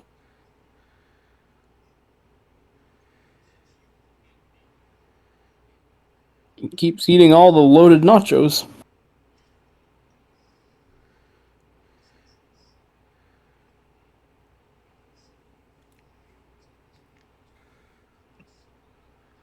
Oh, dude, He is so intense. talking about your breakup on a date is a bad move, my friend. And talking about it like you're a weird shark man is just like I live to win. Like he's cuckoo for cocoa puffs. I This think this guy. dude really needs to just go spend a week in a mental health place. Just like somebody needs to straitjacket him and make him listen to easy talk radio for like a Yeah, man, week. sail away, sail away, sail He's gonna away. have a Ned Flanders style freak out in Yeah, man, any minute, gotta be man. nice. Hostility, diddly diddly. Tom Cruise, you know what? This is gonna sound jack shit Oh, insane, but Tom Cruise would make an excellent Ned Flanders in a live action Simpson movie. oh yeah, he would play it with a big mustache and like the big sweater, but he Yeah, would be imagine it. secretly Imagine jacked. Tom Cruise as he is now, so old Tom Cruise, in a big green sweater and the Ned Flanders mustache, having to be Yeah, and that, having to say hi diddly diddly to people. that would be amazing. Yeah, That would be you'd so be able, amazing. and you'd be able to pull off the Ned is secretly jacked thing when he Yeah, takes his shirt off. God, I would pay so much money to see that. You think they ever will do a live action Simpsons? I know Mm, that's a very popular thing. They like people like to fan cast on the internet. I I'm gonna say no, only because The Simpsons is an institution in adult animation, and I feel Yeah, like on that principle they would never do a live action Simpsons. Because to do a live action Simpsons would be to move it out of adult animation, and I feel like that's one of Simpsons' only real draws now is that they can say, "Oh, we're the longest running adult animation. We're, the original adult animation, etc., right, etc." right. So they wouldn't even do it like with the Flintstones, like just as a one-off movie. Oh, maybe, but like you open such a Pandora's box in that regard, like who would you cast? Who would you choose? What would the story be? Like, Yeah, man, you'd have to. And I mean, I don't want it to be clear. Like, I don't think it would be a great idea, but to be fair, adult animation has not really flipped into like the live action genre because they haven't done it with Family Guy, they haven't done it with no, American Dad, they haven't done it with Futurama. Is there ever nope. been a live action Oh I God, don't think so. We're talking over the sexiest scene ever. they are. Holy! Oh About to wow! have sex on her front door.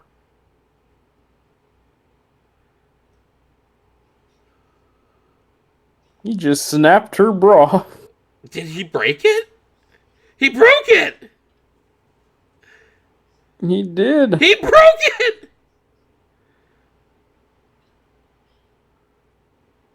Oh my! Oh, Whoa! That is. that is some sensual smooching.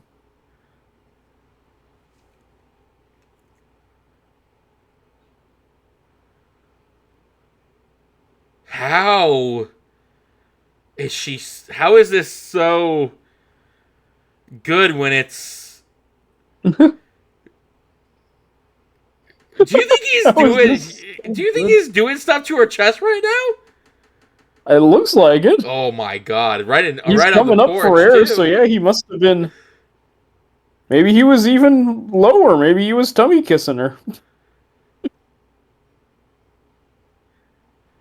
Blowing raspberries. How is he? How is this? This guy is insane.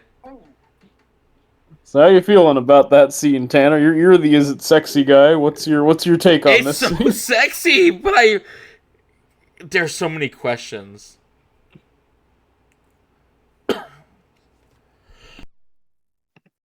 Are they gonna start a cult or something? It feels that way. She's his first disciple, as we've discussed.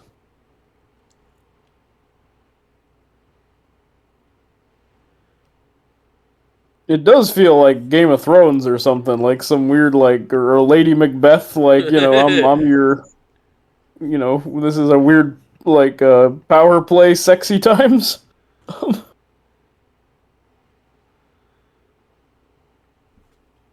This is That's still so going, man. insanely sexy for a batshit insane Riddler, man. Yep. Nothing in it in the movie really implied to me that they would be that horny.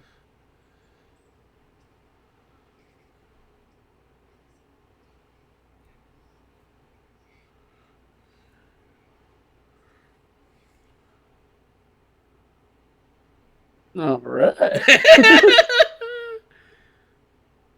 Get off my lawn. This is when he pulls out the gun and goes, "That's my girl." Feels like it. I would make this dude get a. I would make this dude get a drug test. I'd be like, Tom Cruise, before you come into this house, I need you to piss in this cup. How would you not assume he was on cocaine? Yeah. Jerry Maguire is like the most coked out character who's not actually a cokehead.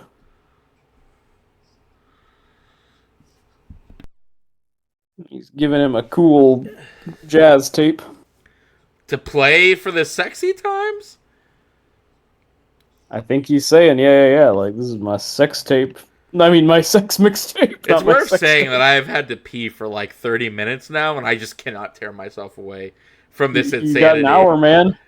Can you make it an hour till the end of the movie? I'm waiting for a good moment to do a 10-second pee, and there's not been a moment yet because it's just so fucking insane. I mean, I will say, like, this is a very long movie, but it does kind of fly by. Like, to its strength, it is not a boring film.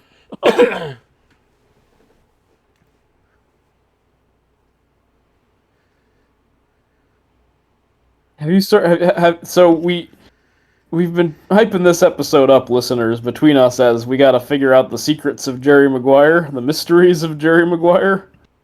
Tanner, how you doing with that? It is so. You would say it right when that scene hit. He looked fucking insane, David. He looked like he was about to fucking wear her skin.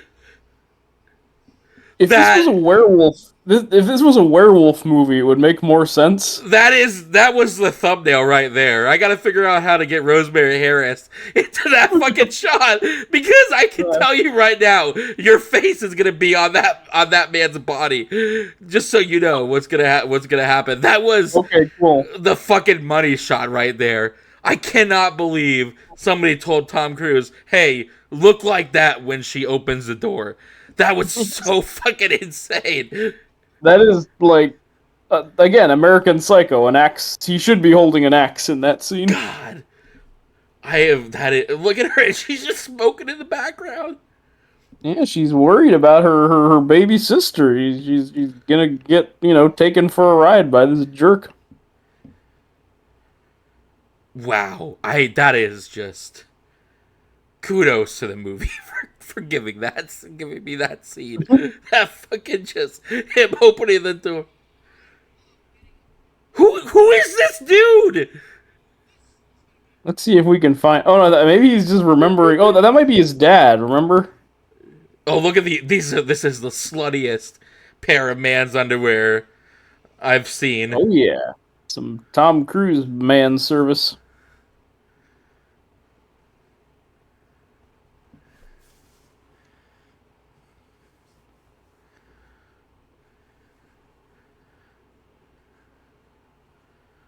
I fucking crazy, man. Just fucking crazy. No. I mean, she is right. I He's wouldn't buy fucking that he had an emotional marble in his He's head. fucking batshit insane. Somebody needs to be. I'd be worried about more than just like he's not emotional enough though. That would not be my concern. Please make him get a drug test, please. Yeah, that exactly. I would be more like you He's gotta not make sure this popular. He's not popular for starters. you gotta make sure this dude isn't gonna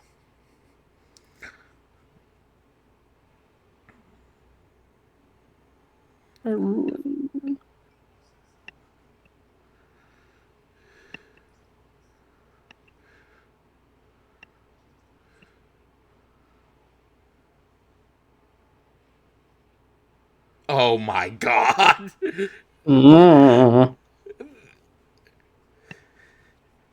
My teenage daughter telling me this as she brings home Russell Brand be like, I love And him, yeah, Dad. and as she explains, I love him for the man he wants to be and the man he almost is. So she sees potential in him is more the idea, I think. That's great, honey. Now, please, I'm gonna count to 5, and this guy needs to be gone, or I'm calling the cops. He even looks like Jack Nicholson in The Shining. He's wearing the same outfit. God, he's so fucking. He has he is always on one of two modes in this movie, either being batshit insane or being the most charming man ever. Yeah, that's how it. That's Oh, what's winning her fucking! over. Like she I love says, fucking Apple Jacks. Applejacks are like They're my favorite. They're my favorite top cereal. shelf cereal. Yeah, I don't know what my. I think my favorite might be Sugar Smacks. I've never had Sugar Smacks. Oh, they rule. They're just like these like sticky sugar covered like little corn pop things. They're great. Ooh, yeah, I like Frosted Flakes too. Applejacks are incredible though, and yeah, Frosted Flakes rule as well. There aren't too many cereals I'll say no to besides like the healthy ones, essentially. All right, I'm gonna try and run to the bathroom.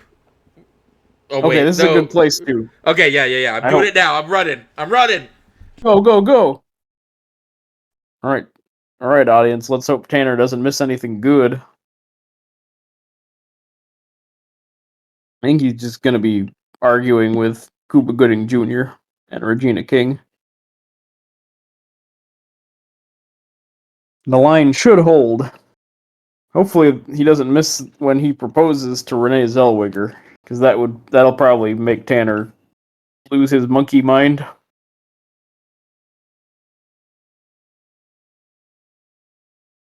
Nah, they're fighting each other.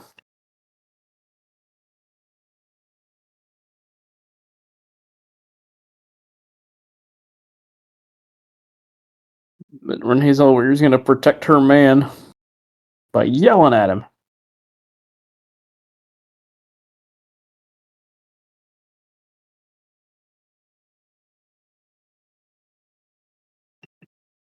Wait, why is she mad at him? No, she's mad at Regina King for yelling at Tom Cruise, and she defended him by saying, like, "Hey, man, there's a lot of evil in this world. But I Tom can't Cruise even is the show it one to my good because son." he's Jesus. Yeah, exactly. Because he's not doing this for money; he's doing it for integrity. So you shut up, Regina King. Was kind of the gist of that. Gotcha. Yeah, and she is his disciple because she tried to show him the manifesto. To show the religious material. Yeah, man.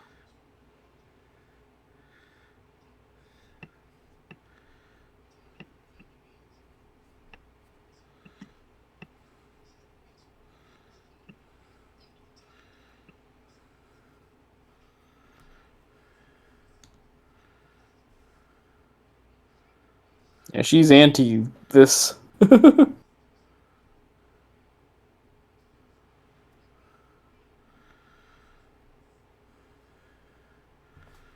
Oh, so I guess Regina King is the villain.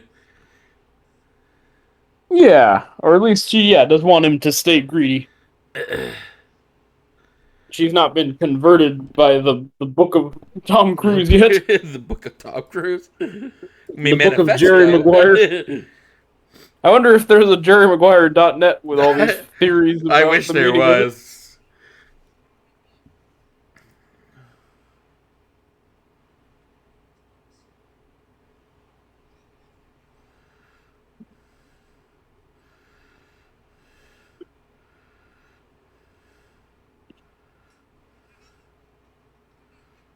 My man, as Jason Momoa says. What's he? What was the? What did does the contract not give him something? Is this where the health worry comes from? Oh, possibly. Because Right, isn't it as look. if he gets injured, he won't receive anything because he didn't get a contract or something? I think that's the case, and that's where the suspense comes in when he gets the big old injury. Yeah. Yes, that is correct. Okay.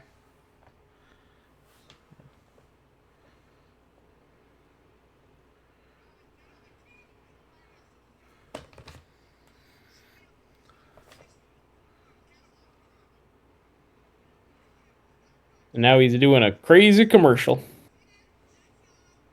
Speaking of Kangaroo Jack, this shot looks like Kangaroo Jack.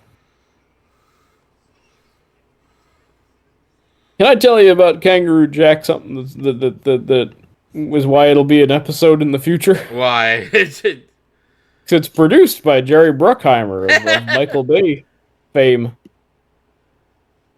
and it's shot like a Michael Bay movie. Oh, I hear that parkour doc is really good. Oh, is it? People are saying like it might be the best Michael Bay movie. Oh, really? Yeah, people were getting me hyped for it. We might have to do got that like a as a standing commentary ovation. then. You got like a standing ovation at the festival it premiered at. Yeah, there's like some hype train is building for that parkour doc. Well, so we'll have to squeeze it in after Baby Invasion.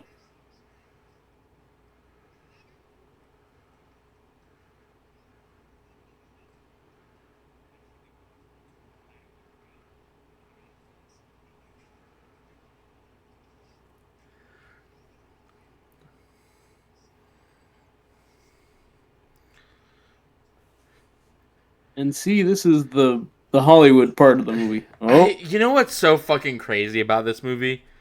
Hmm. These people flip flop so hard from being like people with an honor and code to like being greedy fucks. Like Cuba Gooding Jr. again has the same like on and off. Like there are only two facets to his performance. Either he's being greedy as fuck, or he's talking about how he's about being a single mother is a sacred thing, and yada yada yada. Yeah, and he's telling Tom Cruise like, "Hey, don't jerk this lady around. She's in Right. love with you." But yeah. Then he oscillates between "I don't care, just pay me." Yeah.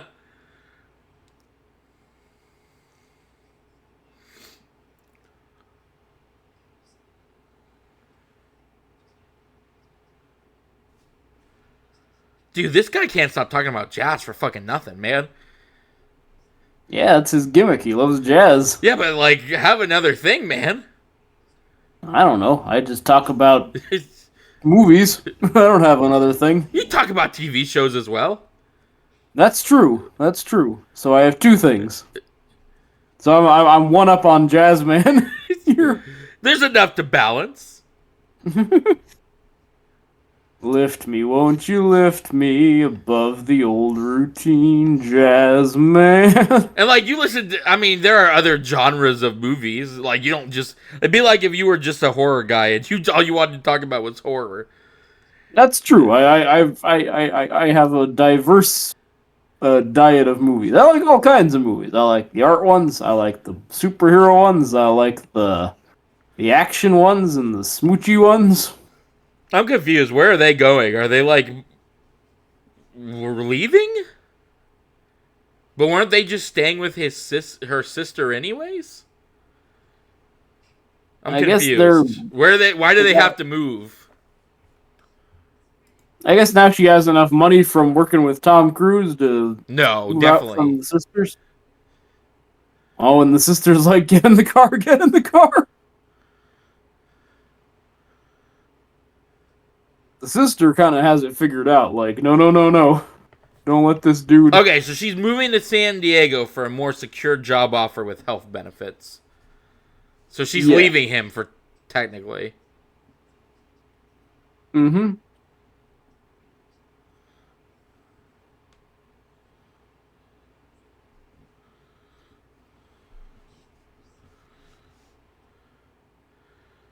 He is better than the stupid Bob Sugar.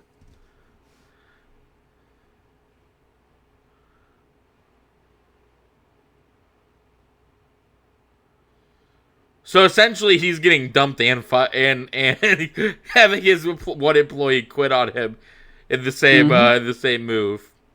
No, no, and she's like,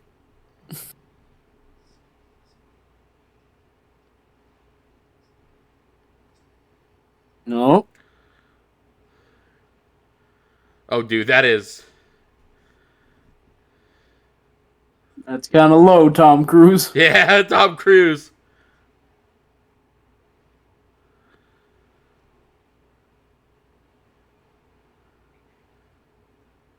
Oh, Tom Cruise. Because of his fear of loneliness.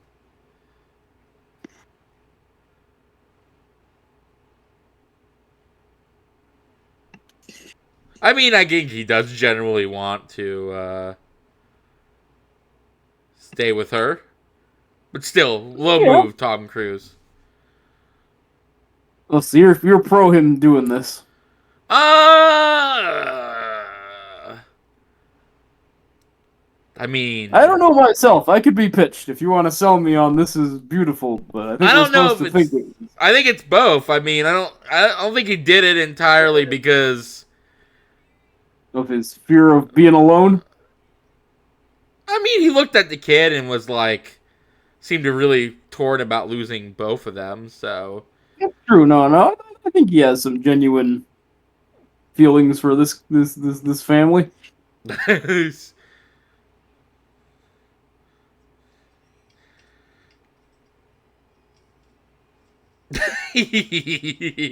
Oh, the jazz man's testifying. Do you think they had to pay Cuba Gooding Jr. for this part?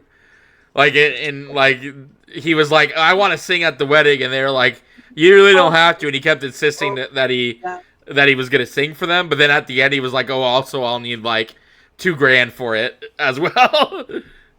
Probably. I don't know. Maybe he would just want to do for free. Yeah, he yelled, "Show me the money" about singing at the wedding. Yeah. Singing Marvin Gaye.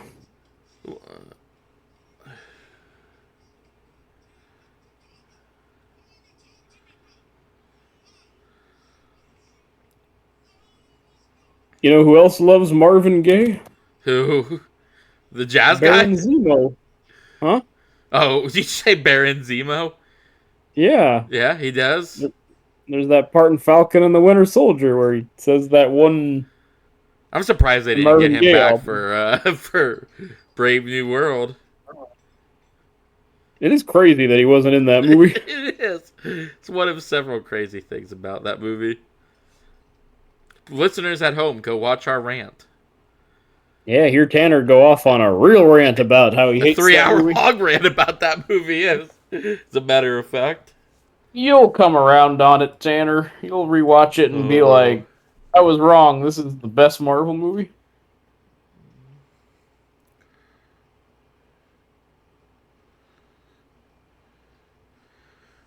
Have I told you about the concept art that leaked, or have you heard anything about the concept art that leaked of Doctor Mm, of Avengers Doomsday or whatever it's called? no, what's the So deal? there's a couple concept arts leaked. One that showed like Doctor Doom in a throne room, and what looked like a version of Stephen Strange serving as like his right hand. There was Ah, a couple concept art leaks of She-Hulk and Hulk being in a village full of Hulks.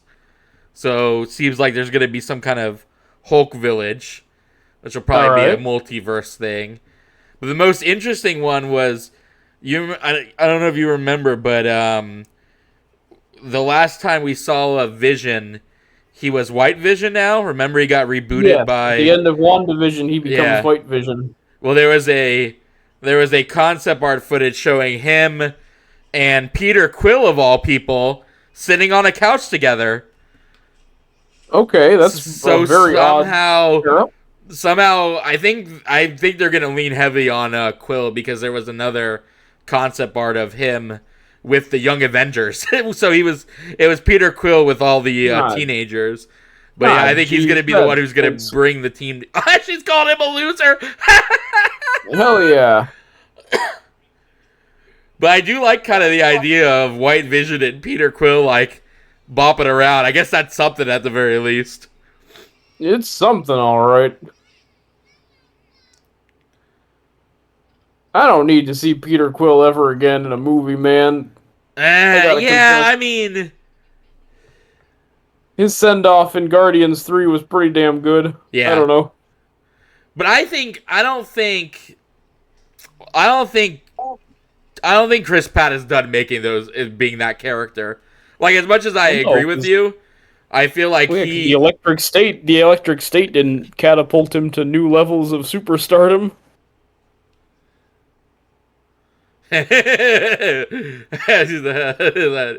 interviewer. Yeah, with man ass everywhere. But anyway, I was being bitter, but I don't I disagree with guess you. I I'll. do I do agree that he has a really good damn send off, but that movie specifically tells you he will return. So That's true. So they have to do it. yeah, and I think they would have had to bear the doors and put a restraining order out to get Chris Pratt not to do that role again. Yeah, I am curious though. I feel like this Marvel thing with actors. Like I feel like Anthony Mackie kind of stood up to them briefly. I think it's like if enough people, are brave enough to be like, I don't want to do more of these, it might go away. But Maybe, it's hard. It's like standing up but to the the whole mafia or fucking something. the fan base also wants it as well. Like that's the hard part. Like you can't. It's like what are they gonna like? I don't. I agree with you on it, but also it's what the fans want. Like which is so stupid to me. But it's just like I also don't think, but I mean, I'm getting into bigger questions where I'm like, but also, well, no, I agree with you. The next thing you're gonna say is well, fans fans. of Marvel should not be strong enough to make actors have to be in these things where Oh, they look miserable, like Harrison Ford. Like that I should not be I agree. that powerful incentive. It should be like, I I'm gonna that make was my whatever movie I want to make. that was my whole soap ops was hey stop. We have to stop letting we got to stop strong arming Harrison Ford into these movies that he doesn't give a shit about. But No, He's stinking up the place.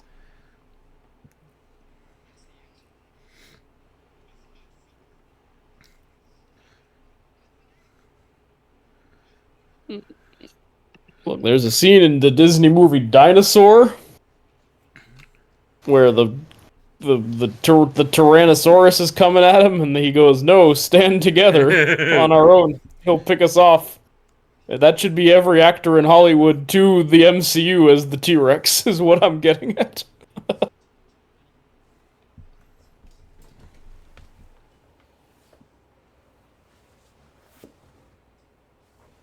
And I know I'm using a Disney movie as a metaphor against other Disney properties.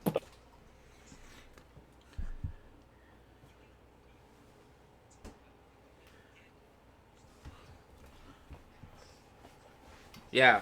Yeah. Stand up to him. Yeah, man, they're fighting.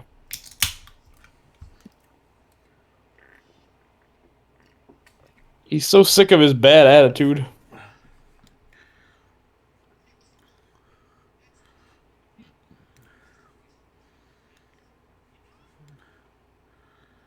He's about to kill you. I know. Tom Cruise will choke you in this movie. Oh no, they don't want to be friends no more.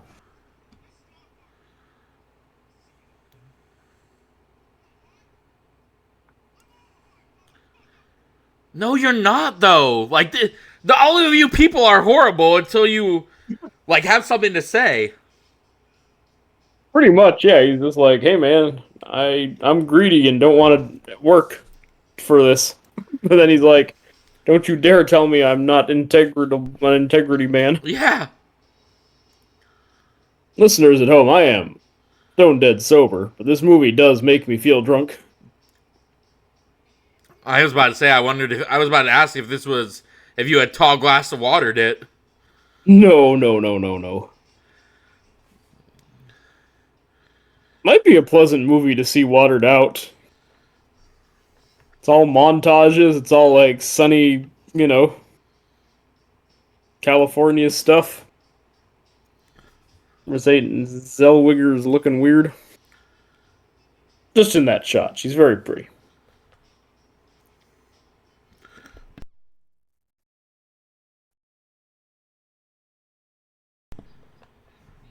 Tanner, are you that familiar with the Bridget Jones's series? No. Those absolutely have to be episodes. Do you know who plays her gay best friend in those movies? He's in Who? all four of them. Who? Baltar from Battlestar Galactica. Hell yeah. Oh yeah. That's a commentary right there. Yep, they might just have to for him.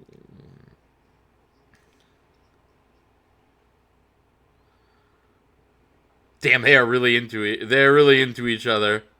Yeah, they're a loving couple, even though they had a... And see, yeah, they had a very intense fight, but they're friends again.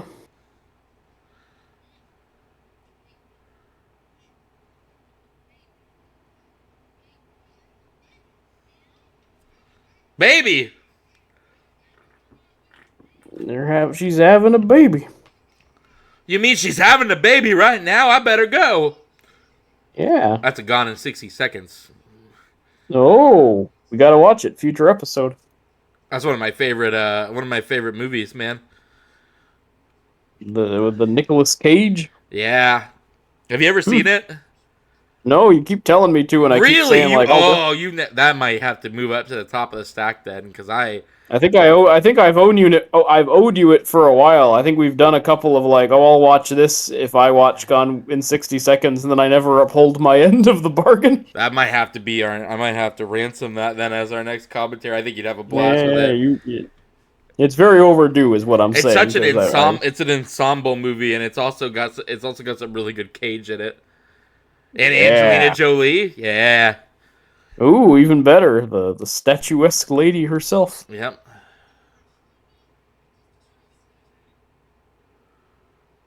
Aw, they're a happy family.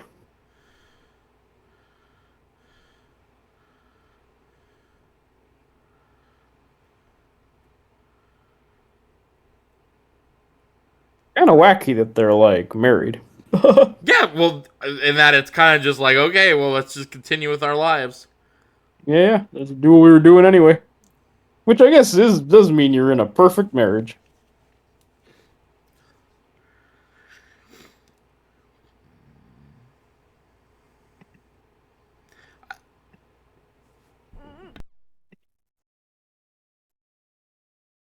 I guess I could wonder. I mean, the other weirdness is like, why is he traveling so much to like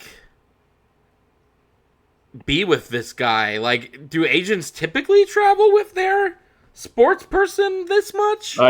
I got no clue, man. Again, my sports know-how is zero, Because so like I the can't movie's tell you like if he's a agent. workaholic, but it also is like he only has one client. So like I guess he does have to like book him on interview shows and whatnot.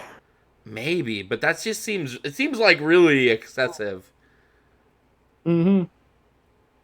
Probably, but I guess that's also maybe that's causing the tension in the relationship is that he can't wait to be leaving.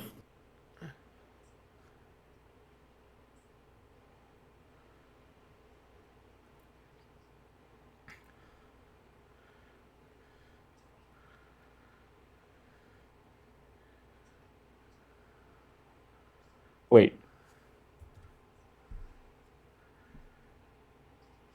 Wait, what? yeah, she's breaking up with him Why?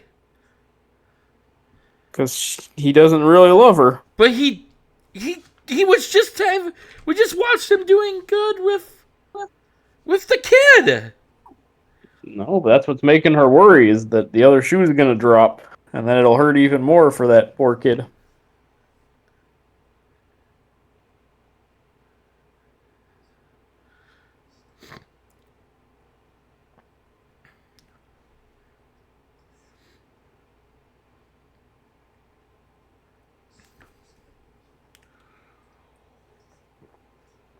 There you go. See, he's even saying it.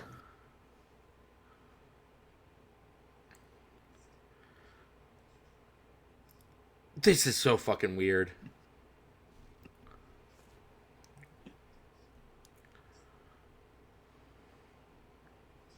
It's the theme of my Bachelor film. Wait, what? Why do you have it? Everybody likes to watch. Everybody likes to watch my Bachelor tape.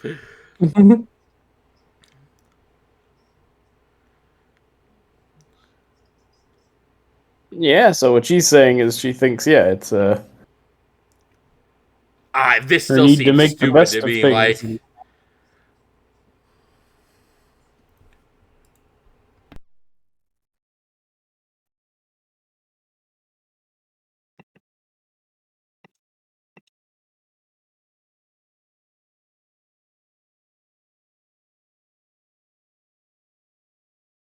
I do not understand.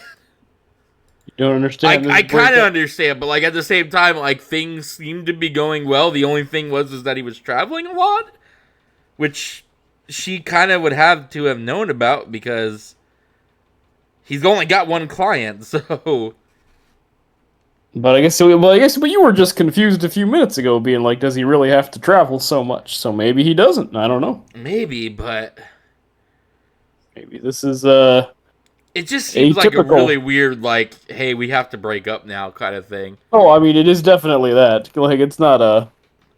I guess I would I have agree liked to with have you. seen a little bit more of like actual problems in the relationship because there didn't seem to be any.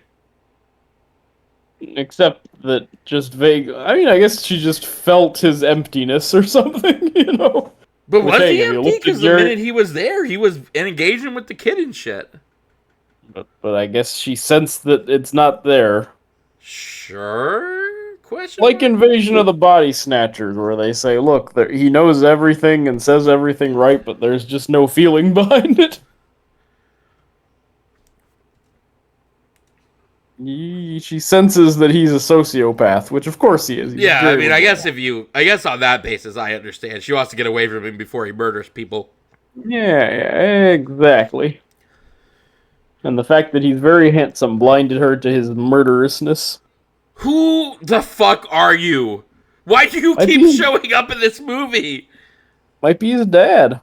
Because he Maybe. says he always wanted to be cool like his dad or Well, whatever. we're gonna have to restart the whole movie to figure out who that fucking dude is. Yep, listeners, 3, 2, 1, go. Everybody be prepared to rewind this back. Mhm.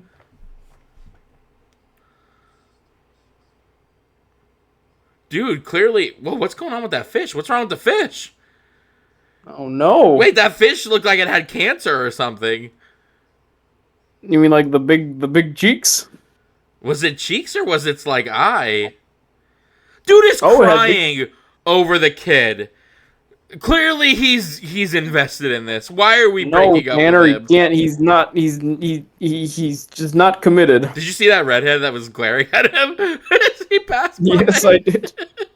I don't know what was going on with that, but it was very weird. Dude, I am almost positive that is the rat race, dude. Let's check. I don't think so. I am almost positive that is the dude who they get to do all their Nope. weird shit. It is not. It is Jay Moore, who is a different actor. The Rat Race guy, I think, is Bud and Suds McKenzie. Yeah, that with it, I you shave my testicles or whatever. Yeah, while I yeah, drink where he was trying to Pepto-Bismol. get the prostitute to how much would it cost for him for his testicles to get shaved. Yeah, they're in a hot tub full of Pepto Bismol. Yeah, yeah, yeah. I can't believe that's not him. He looked exactly like him. I don't In think my so. I in think my that in my is- mind's eye, at least. Admittedly, it's been a little while since I've seen fucking Rat Grisham Race. is the character from Rat Race. Let me see who plays him, because I know the guy who plays him is somebody else.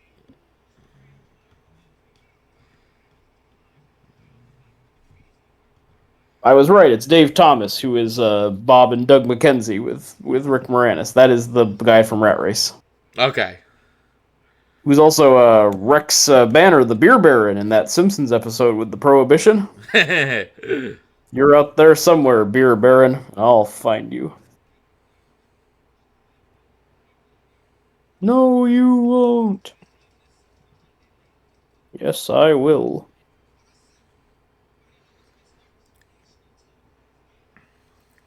Oh yeah, the brother's being a big jerk in this scene for some reason. Yeah, I was about to say, I guess the brother just said like 4 lines and he decided to interpret the last 2 lines as in his own way. Yeah, and just be a villain or something. It's similar. I guess it's your recurring point that characters are assholes randomly and then turn back to normal. Wait, is that Scene to scene. his ex-fiance? Is he just with Bob Sugar now? Maybe I didn't see long enough, but you could be right. That would be pretty wild.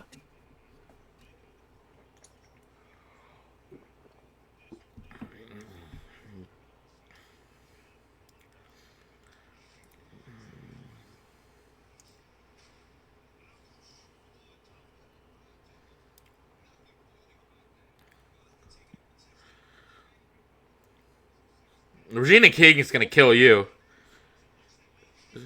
Jesus. Did you ever see that Will Smith movie where he like saves football by finding out about concussions or whatever's going on there? Yeah. Concussion. I didn't see it, but yeah, based on the true story of the guy who exposed the concussion conspiracy in football. In the trailer, he goes, "Tell the truth. Tell the truth." I've seen it, but I only vaguely remember it. Maybe that's an episode. I mean, probably not. Probably not. It would be that fun a commentary.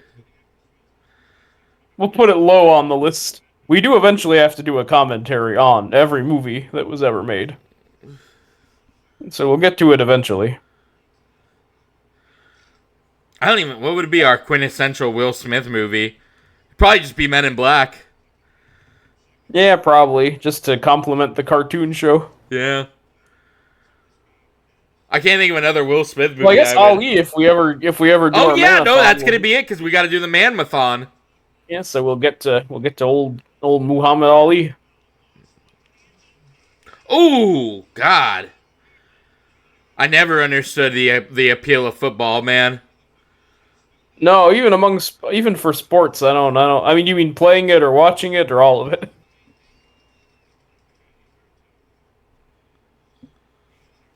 Like I the don't understand idea either. of being pummeled, it's just not an appealing thing.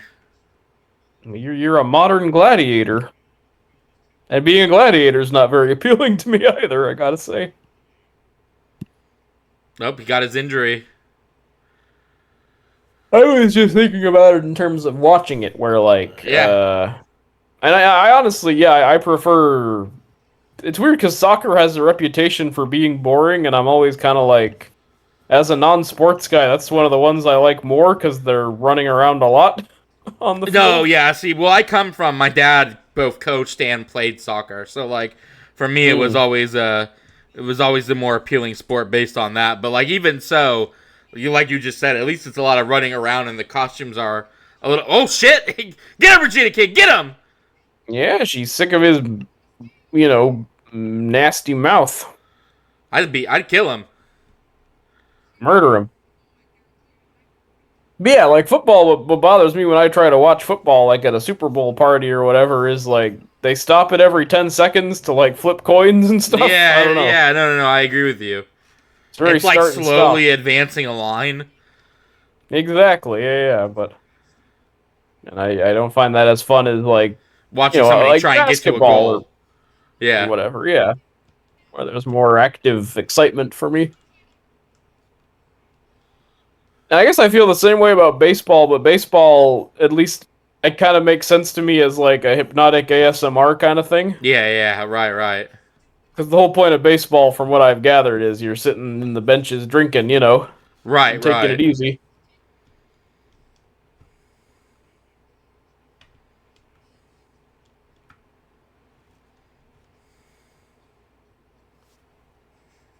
Like when Homer becomes sober, he's at the baseball game, and he says, "I never realized how boring this game really is." Yeah, exactly.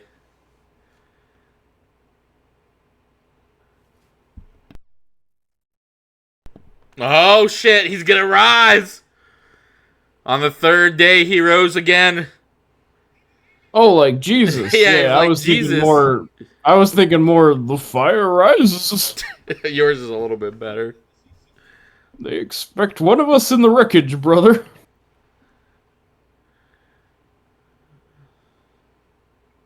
I feel fine. I'm great.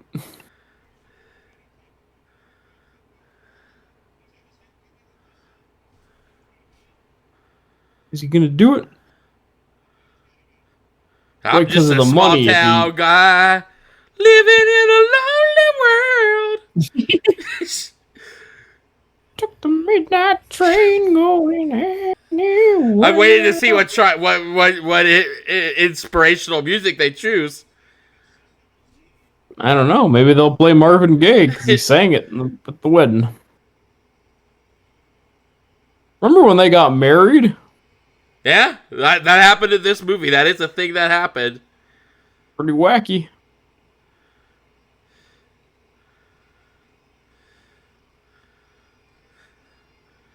I mean, I guess that was her concern, was that he did propose to her awfully fast.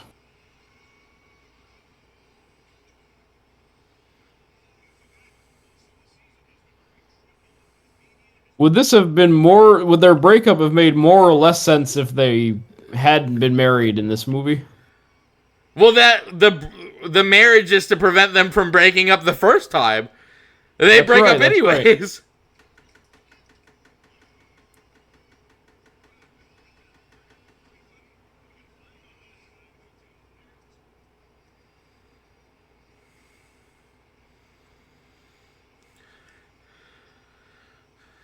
I guess he's just happy that he didn't get hurt.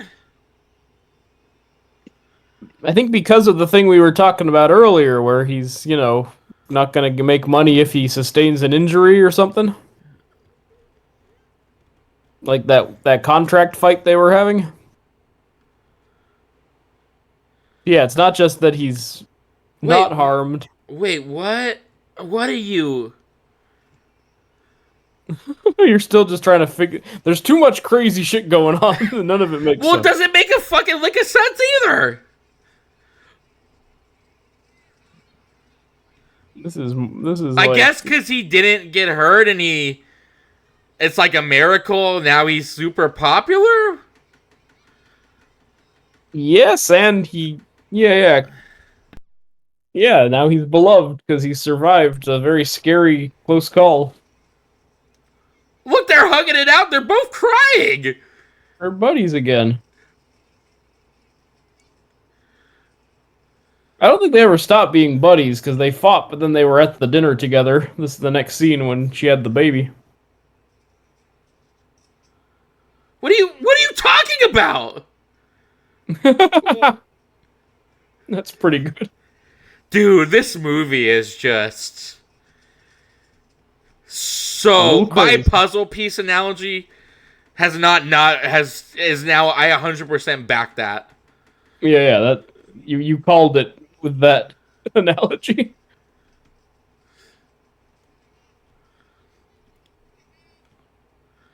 Look at him.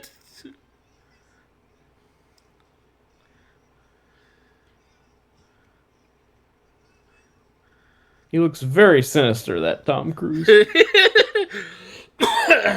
And I get the idea is that they have a closer relationship now, and I do think the movie does kind of convey that, but like Tom Cruise is like over here like sharing a moment with him, but like you're a football player, injuries like that, like getting tackled like that, and potential injuries are a thing. Tom Cruise didn't do anything to prevent or help him in that scenario, so No, you but know I what I guess he mean? did. Like, oh look, Sorry, what? the women group is back. Yeah, the cabal, the witches coven. They're talking about neural pathways too, so I have even less. I guess This this is is just a like the support. I single think this is ladies just a club. support group.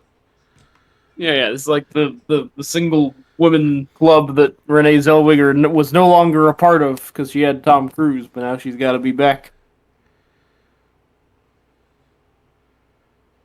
Is Renee even there? Yeah. Oh, there she is.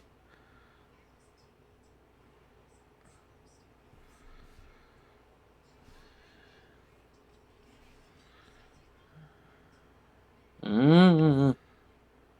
Now she hates men because he was such a jerk. Oh wait, no, she's defending men. She still loves the enemy.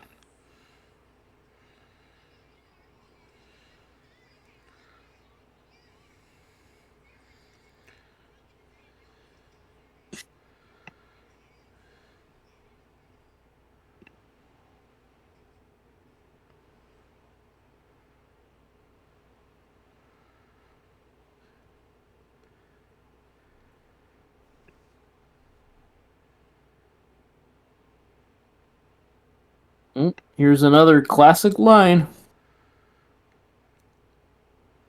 Why is she so like?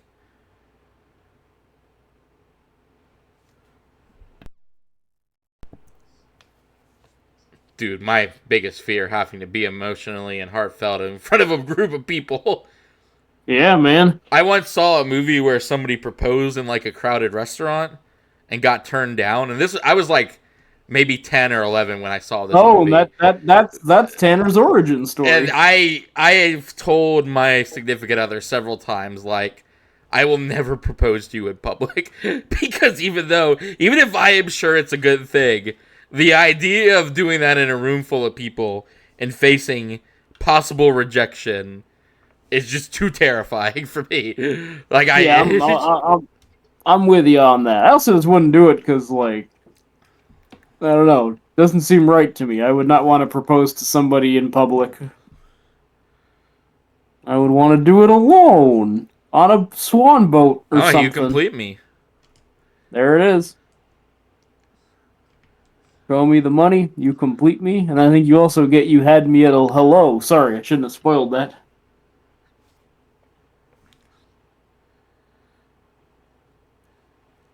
Why is this?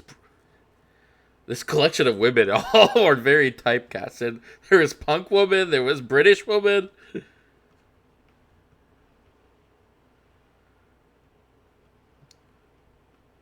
Housewife Just all woman. the single ladies, all the single ladies.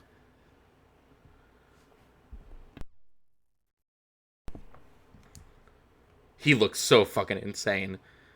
You live in a He looks cynical world. he looks like he's about to turn into a vampire. Like his eyes are about to go fully black and he's gonna embrace the demon side. No, man, it's totally the the the smoke from Supernatural is gonna take him over. The yellow-eyed demon's gonna grab him. Exactly.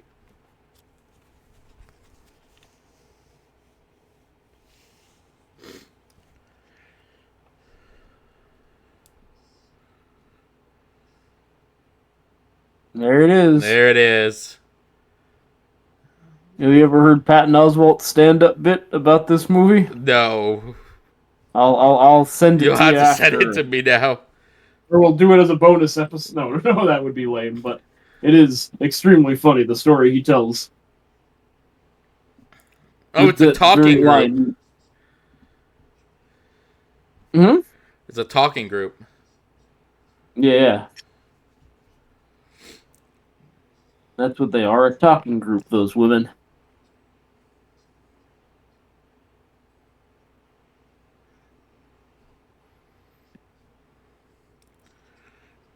Oh, he's finally doing it. What he said he wouldn't do, be a showman or whatever.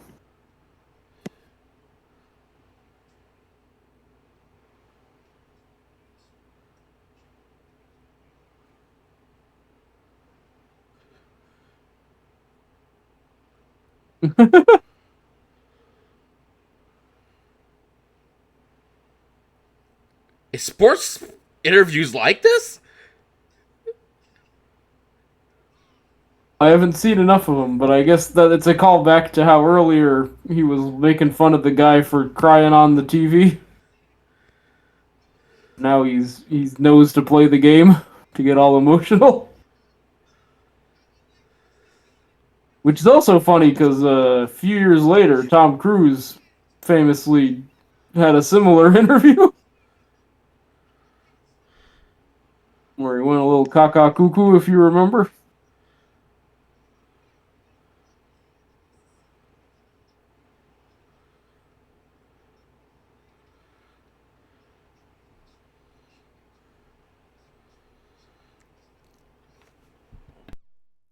Listeners, I'm not hearing Tanner. Wait, Think who's he it? left. Huh? What? Oh, I was saying things to you, but I was not hearing you. I was caught up in this moment. Oh, you were getting too emotional like Cuba Gooding Jr. Well, this is the big this is the big payoff, but like, okay, give it to me again. I'm here now. I'm done watching the train wreck. I don't even remember, man. It's too late. Sorry, I'm like Renee Zellweger. I grew tired of waiting for you.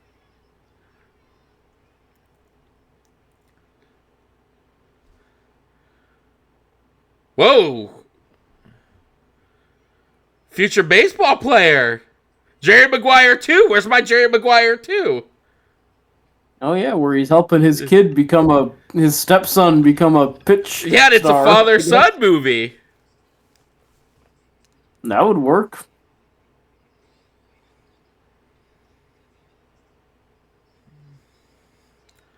Dude, what a fucking strange movie.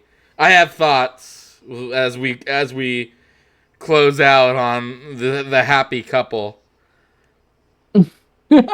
Oh, Dickie Fox! Who the fuck is Dickie Fox? I don't know, man. Let's find out. Maybe this is future Tom Cruise and Jerry McGee. That was Jerry's mentor. Jerry's mentor, Dickie Fox. Oh, So I guess these were all things he learned from his mentor, Dickie Fox, like words of wisdom. oh God. Okay, so here's my thought on Jerry Maguire. My painting, my picture, my fucking puzzle analogy was fucking spot on. This movie is three different movies, well, two, at least two different movies slapped together, and they don't make a single lick of sense. And they don't. The other funny thing is they don't really complement each other either. Like the sports agent, the sports agent storyline doesn't benefit from the rom-com storyline, and the rom-com storyline doesn't benefit from the sports agent storyline either. They might. Yeah. I'm happy this movie is the way it is, but it would have been an infinitely better movie if they had been totally separate movies. Well, Rotten Tomatoes says, anchored by dazzling performances from Tom Cruise, Cuba Gooding Jr., and Renee Zellweger, Sure. as well as Cameron Crowe's tender direction, Jerry Maguire meshes romance and sports with panache. It doesn't. They don't even. The only time they intersect is two scenes where Renee Zellweger yells at them about to be nicer to Jerry, and when they're all at dinner together eating lobster and they have the baby. Those are the only time the rom-com. And he sings at that. Hey, Cuba Gooding Jr. Oh yeah, sings and he at the sings wedding. at their wedding. But the And he warns Tom Cruise to commit or let her down gently. the wife doesn't or even whatever. want to be at the wedding. He says she said I shouldn't be there. That is just a fucking batshit insane movie. But I am glad that it was made the way it was made because it is very entertaining. But it's very special. Yeah. Like if it was a more normal movie, I don't feel like people would remember. no, like I said, if you had gotten Tom Hanks in the role, it would have infinitely been like 2 times more boring.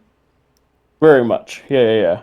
I don't But know because it's weird, like psychopath Tom Cruise, and he looks so out of place in a domestic setting. Oh, dude, and he is on drugs. Even if the drug is just his own psychosis. He is coming up and down from various things. He is snorting all sorts of stuff. The problem is the sports stuff, like, just doesn't... It feels so out of place.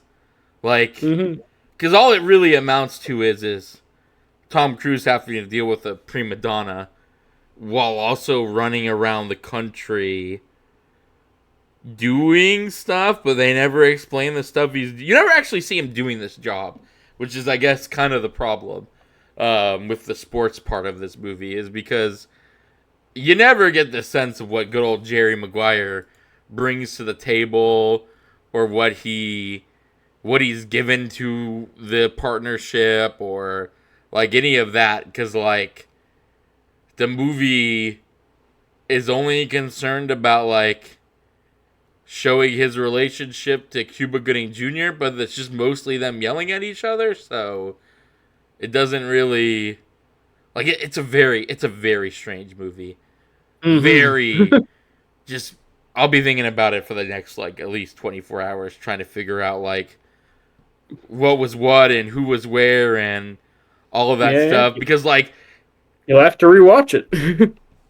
it's not really it's so split down the middle of like it's two things that like you don't get enough sense of like either of the thing, because like you only see him and Renee go on like a few dates, but like she's so into him from minute one that like it all progresses pretty fast, and then they break up, but like the scenes that you get right before the breakup just show them like being a happy family, so there's not like a real thing before the breakup, and like Right.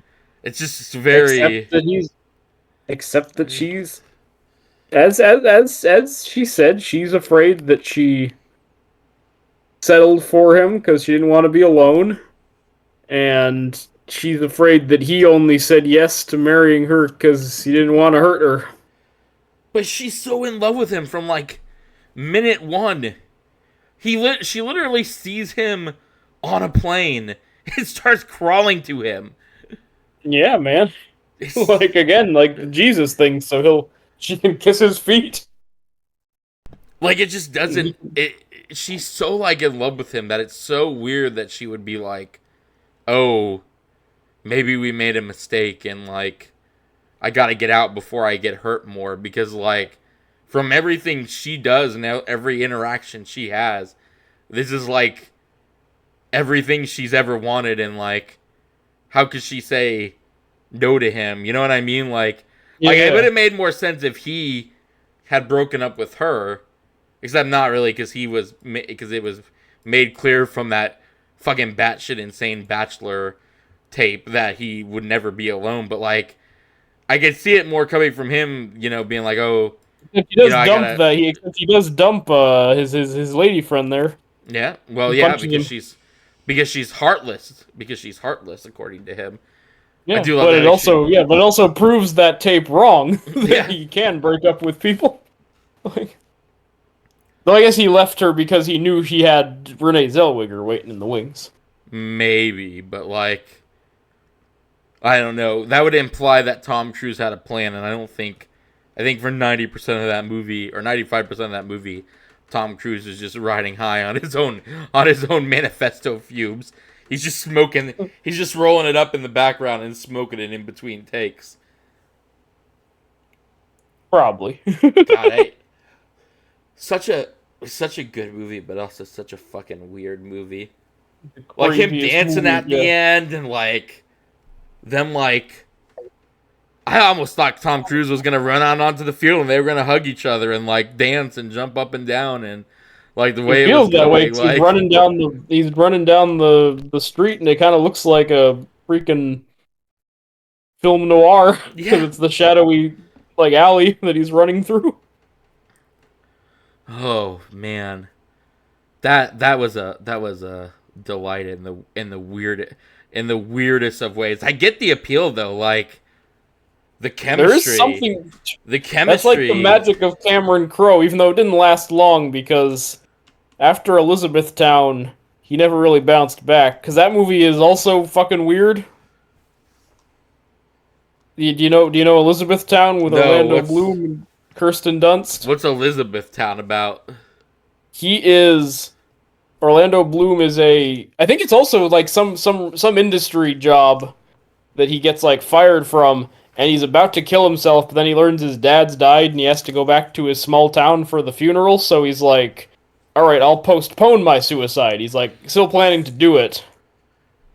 But then Kirsten Dunst is like, I think a flight attendant who, similar to Renee Zellweger, just gets so like salivating for Orlando Bloom upon meeting him and just basically like stalks him until they're in love. That is like she gets off the plane and joins him in Elizabethtown. Yeah, like she's like calling him from the plane, being like, "Hey, I'm off the plane. I'm coming to find you." Like, That is that sounds fucking insane too, man. yeah. So like he that's kind of his bread and butter. Cause he also did Aloha with Bradley Cooper and Emma Stone, which is also a weird ass romantic comedy. um, Yeah, that is. like his whole thing is he makes these like they're rom coms, but they're really long and they don't have like the rhythms of what you'd expect from a rom com or a movie in general. Yeah, no, that is. That sounds absolutely insane as well. Yeah, so we got to watch some other Cameron Crowe movies. Yeah, I would be interested in that Elizabethtown because that sounds also crazy. But yeah, man, I don't even know what to say about. I don't even know what to say about fucking Jerry Maguire. I get It cost the 50 million, which I do appreciate. I feel like again there was a time when a romantic dramedy could have like a lot of money behind it, and it looks like it because he's always yeah. jetting around the world. Yeah, no. I mean, it certainly, I mean, all that you got to get that money to get Cuba Gooding Jr. to sing at the wedding. Yeah, you gotta pay Marvin Gaye's estate as well. Yeah, for that guy who really, really loved jazz, and that was his only thing. Yep. The We Jazz couldn't. Man. Well, yeah, and well, it paid off because he gave the Jazz tape to fuck to or whatever. Yeah, but did they even use it? Because it never came into play. I don't think so. And then yeah, he stands there like Jack Nicholson in The Shining when she opens the door. Oh, I would give that movie 5 out of 5 question marks. It's 5 out of 5 question marks. It's a I very feel like weird more. movie. We watched 3 David Lynch movies, but I feel like you're getting more into solving the mystery of Jerry Maguire than any of them. Well, at least I know when I go into a David Lynch movie that I'm supposed to be confused and, confused and with more questions than answers at the end. I didn't expect that from a romantic comedy, but here we are. Yep, Because, yep. like, why a sports agent? Like, it's do sports agents really like travel with their person that much? Like, surely that I don't job is know. just a phone call job. Like, hey, I'm calling in and making sure that my guy gets this and my guy gets that, and he better have Yeah, this. but the point is, Tom Cruise is a different kind of sports agent because we live in a cynical world, and he's tired of just being in it for the money. He wants the personal touch, helping people out or whatever. But see that doesn't come into play in a way that I would argue that like the only time that comes into play is when he has to learn his lesson about splitting his time between the racist dude and Cuba Gooding Jr. But like, do you feel at the end like that his mission statement or manifesto? Do you think he achieved it?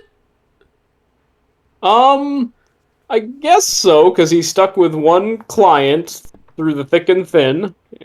Um, and he did tell Renee Zellweger he loved her. Yeah. So yeah, I guess I'd have to read his manifesto to know exactly, like, point for point what he pulled off from it. But I guess in general it was just like be less of a jerk, and I guess he was less of a jerk. I don't know. He yelled at Cuba Gooding Jr. a lot, but I suppose Yeah, I suppose it was constructive criticism. yes, it was like trying to build him up, trying to help him be a better man. Yeah, again, I feel like the movies, because they're two different movies at this point. The movies would have been better served being split apart from each other, but I'm glad they didn't, because we got Yeah, because this bad otherwise you shit. would never. It would just be like a steamy love story with Renee Zellweger, which I guess would be fine. But yeah, you wouldn't remember it as much as this crazy sprawling. He's jetting around the world saving Cuba Gooding Jr.'s bacon, I guess, even though not really. I Yeah, don't because know. Cuba Gooding Jr. doesn't listen to him at all, and just kind Mm-mm. of does his own thing anyways. Like he didn't even save him at the end. Like he tells them, "Hey, if you do this, you won't have any protection if you get injured or anything." But like Tom Cruise doesn't like negotiate a contract that gets him not injured. I mean, I guess he does at the end because that's the implication of what that dude says in the interview. He's like, "Hey, we just found out you got the contract. You're gonna blah blah blah finish in your home state, all that stuff." And like Cuba Gooding Jr. is really happy about that. But like the weird part about that is that it's implied that Tom Cruise did that, and he probably did because he's the agent. But like we don't see Tom Cruise do that, so you don't get to see Tom Cruise do the win. You know what I mean? Like there's no Yeah, ice.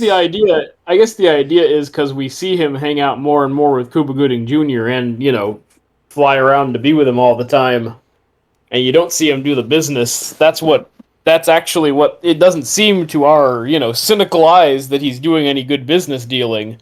But by being a better person and being there for Cuba Gooding Jr., that's what's actually causing all the good stuff to happen. Sure, I It's just can hard buy for us to that. see because, as Tom Cruise says, we live in a cynical world. Yeah, and we're cynical people. Yes. Oh, all right. You had me Any at hello. any final Jerry Maguire thoughts? No, I'm happy I rewatched it. It goes down smooth.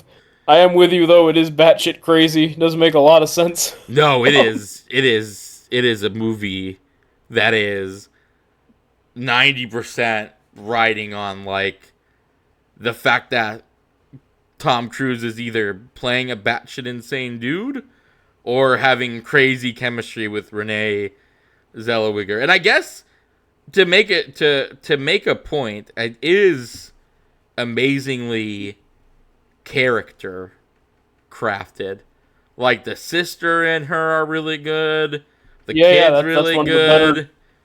Cuba Gooding Jr. is really good. The way he also fluctuates between being like a man who pretends he has integrity. Well, he basically plays a hypocrite through the entire movie, which like Yes. kind of really works for it. Like it, I guess it's a batshit insane plot, but played by, but really good character, like really good character decisions on who was doing what and like what their motifs were gonna be. Yeah, like it's pretty much just what it comes down to. Is yeah, I do think all the main characters are pretty well drawn and interesting. Yeah. And yeah, even little Jonathan Lipnicki is a memorably cute kid. That's why he got two Stuart Littles and a little vampire out of this movie. Oh. And like Mike, I forgot he's the kid in Like Mike as well. Oh my. He is the like. I used to love that movie as a kid. Like Mike. That's the one where Yeah, somebody gets Michael Jordan's basketball shoes, right? And at the end, yeah. at the end they get adopted by a basketball player. Yep, and he gives them magic powers or whatever. Yeah. Oh. I used to watch that movie like all the time as a kid. I don't really remember why, given I wasn't into basketball, but so that's a question for another time. But anyways, Next episode, we'll do a Jonathan Lipnicki march. no, we will not. No. No. Next episode we'll either Saltburn, be of course. yeah, we'll finally do Saltburn slash Gone in 60 Seconds or slash Deep Water.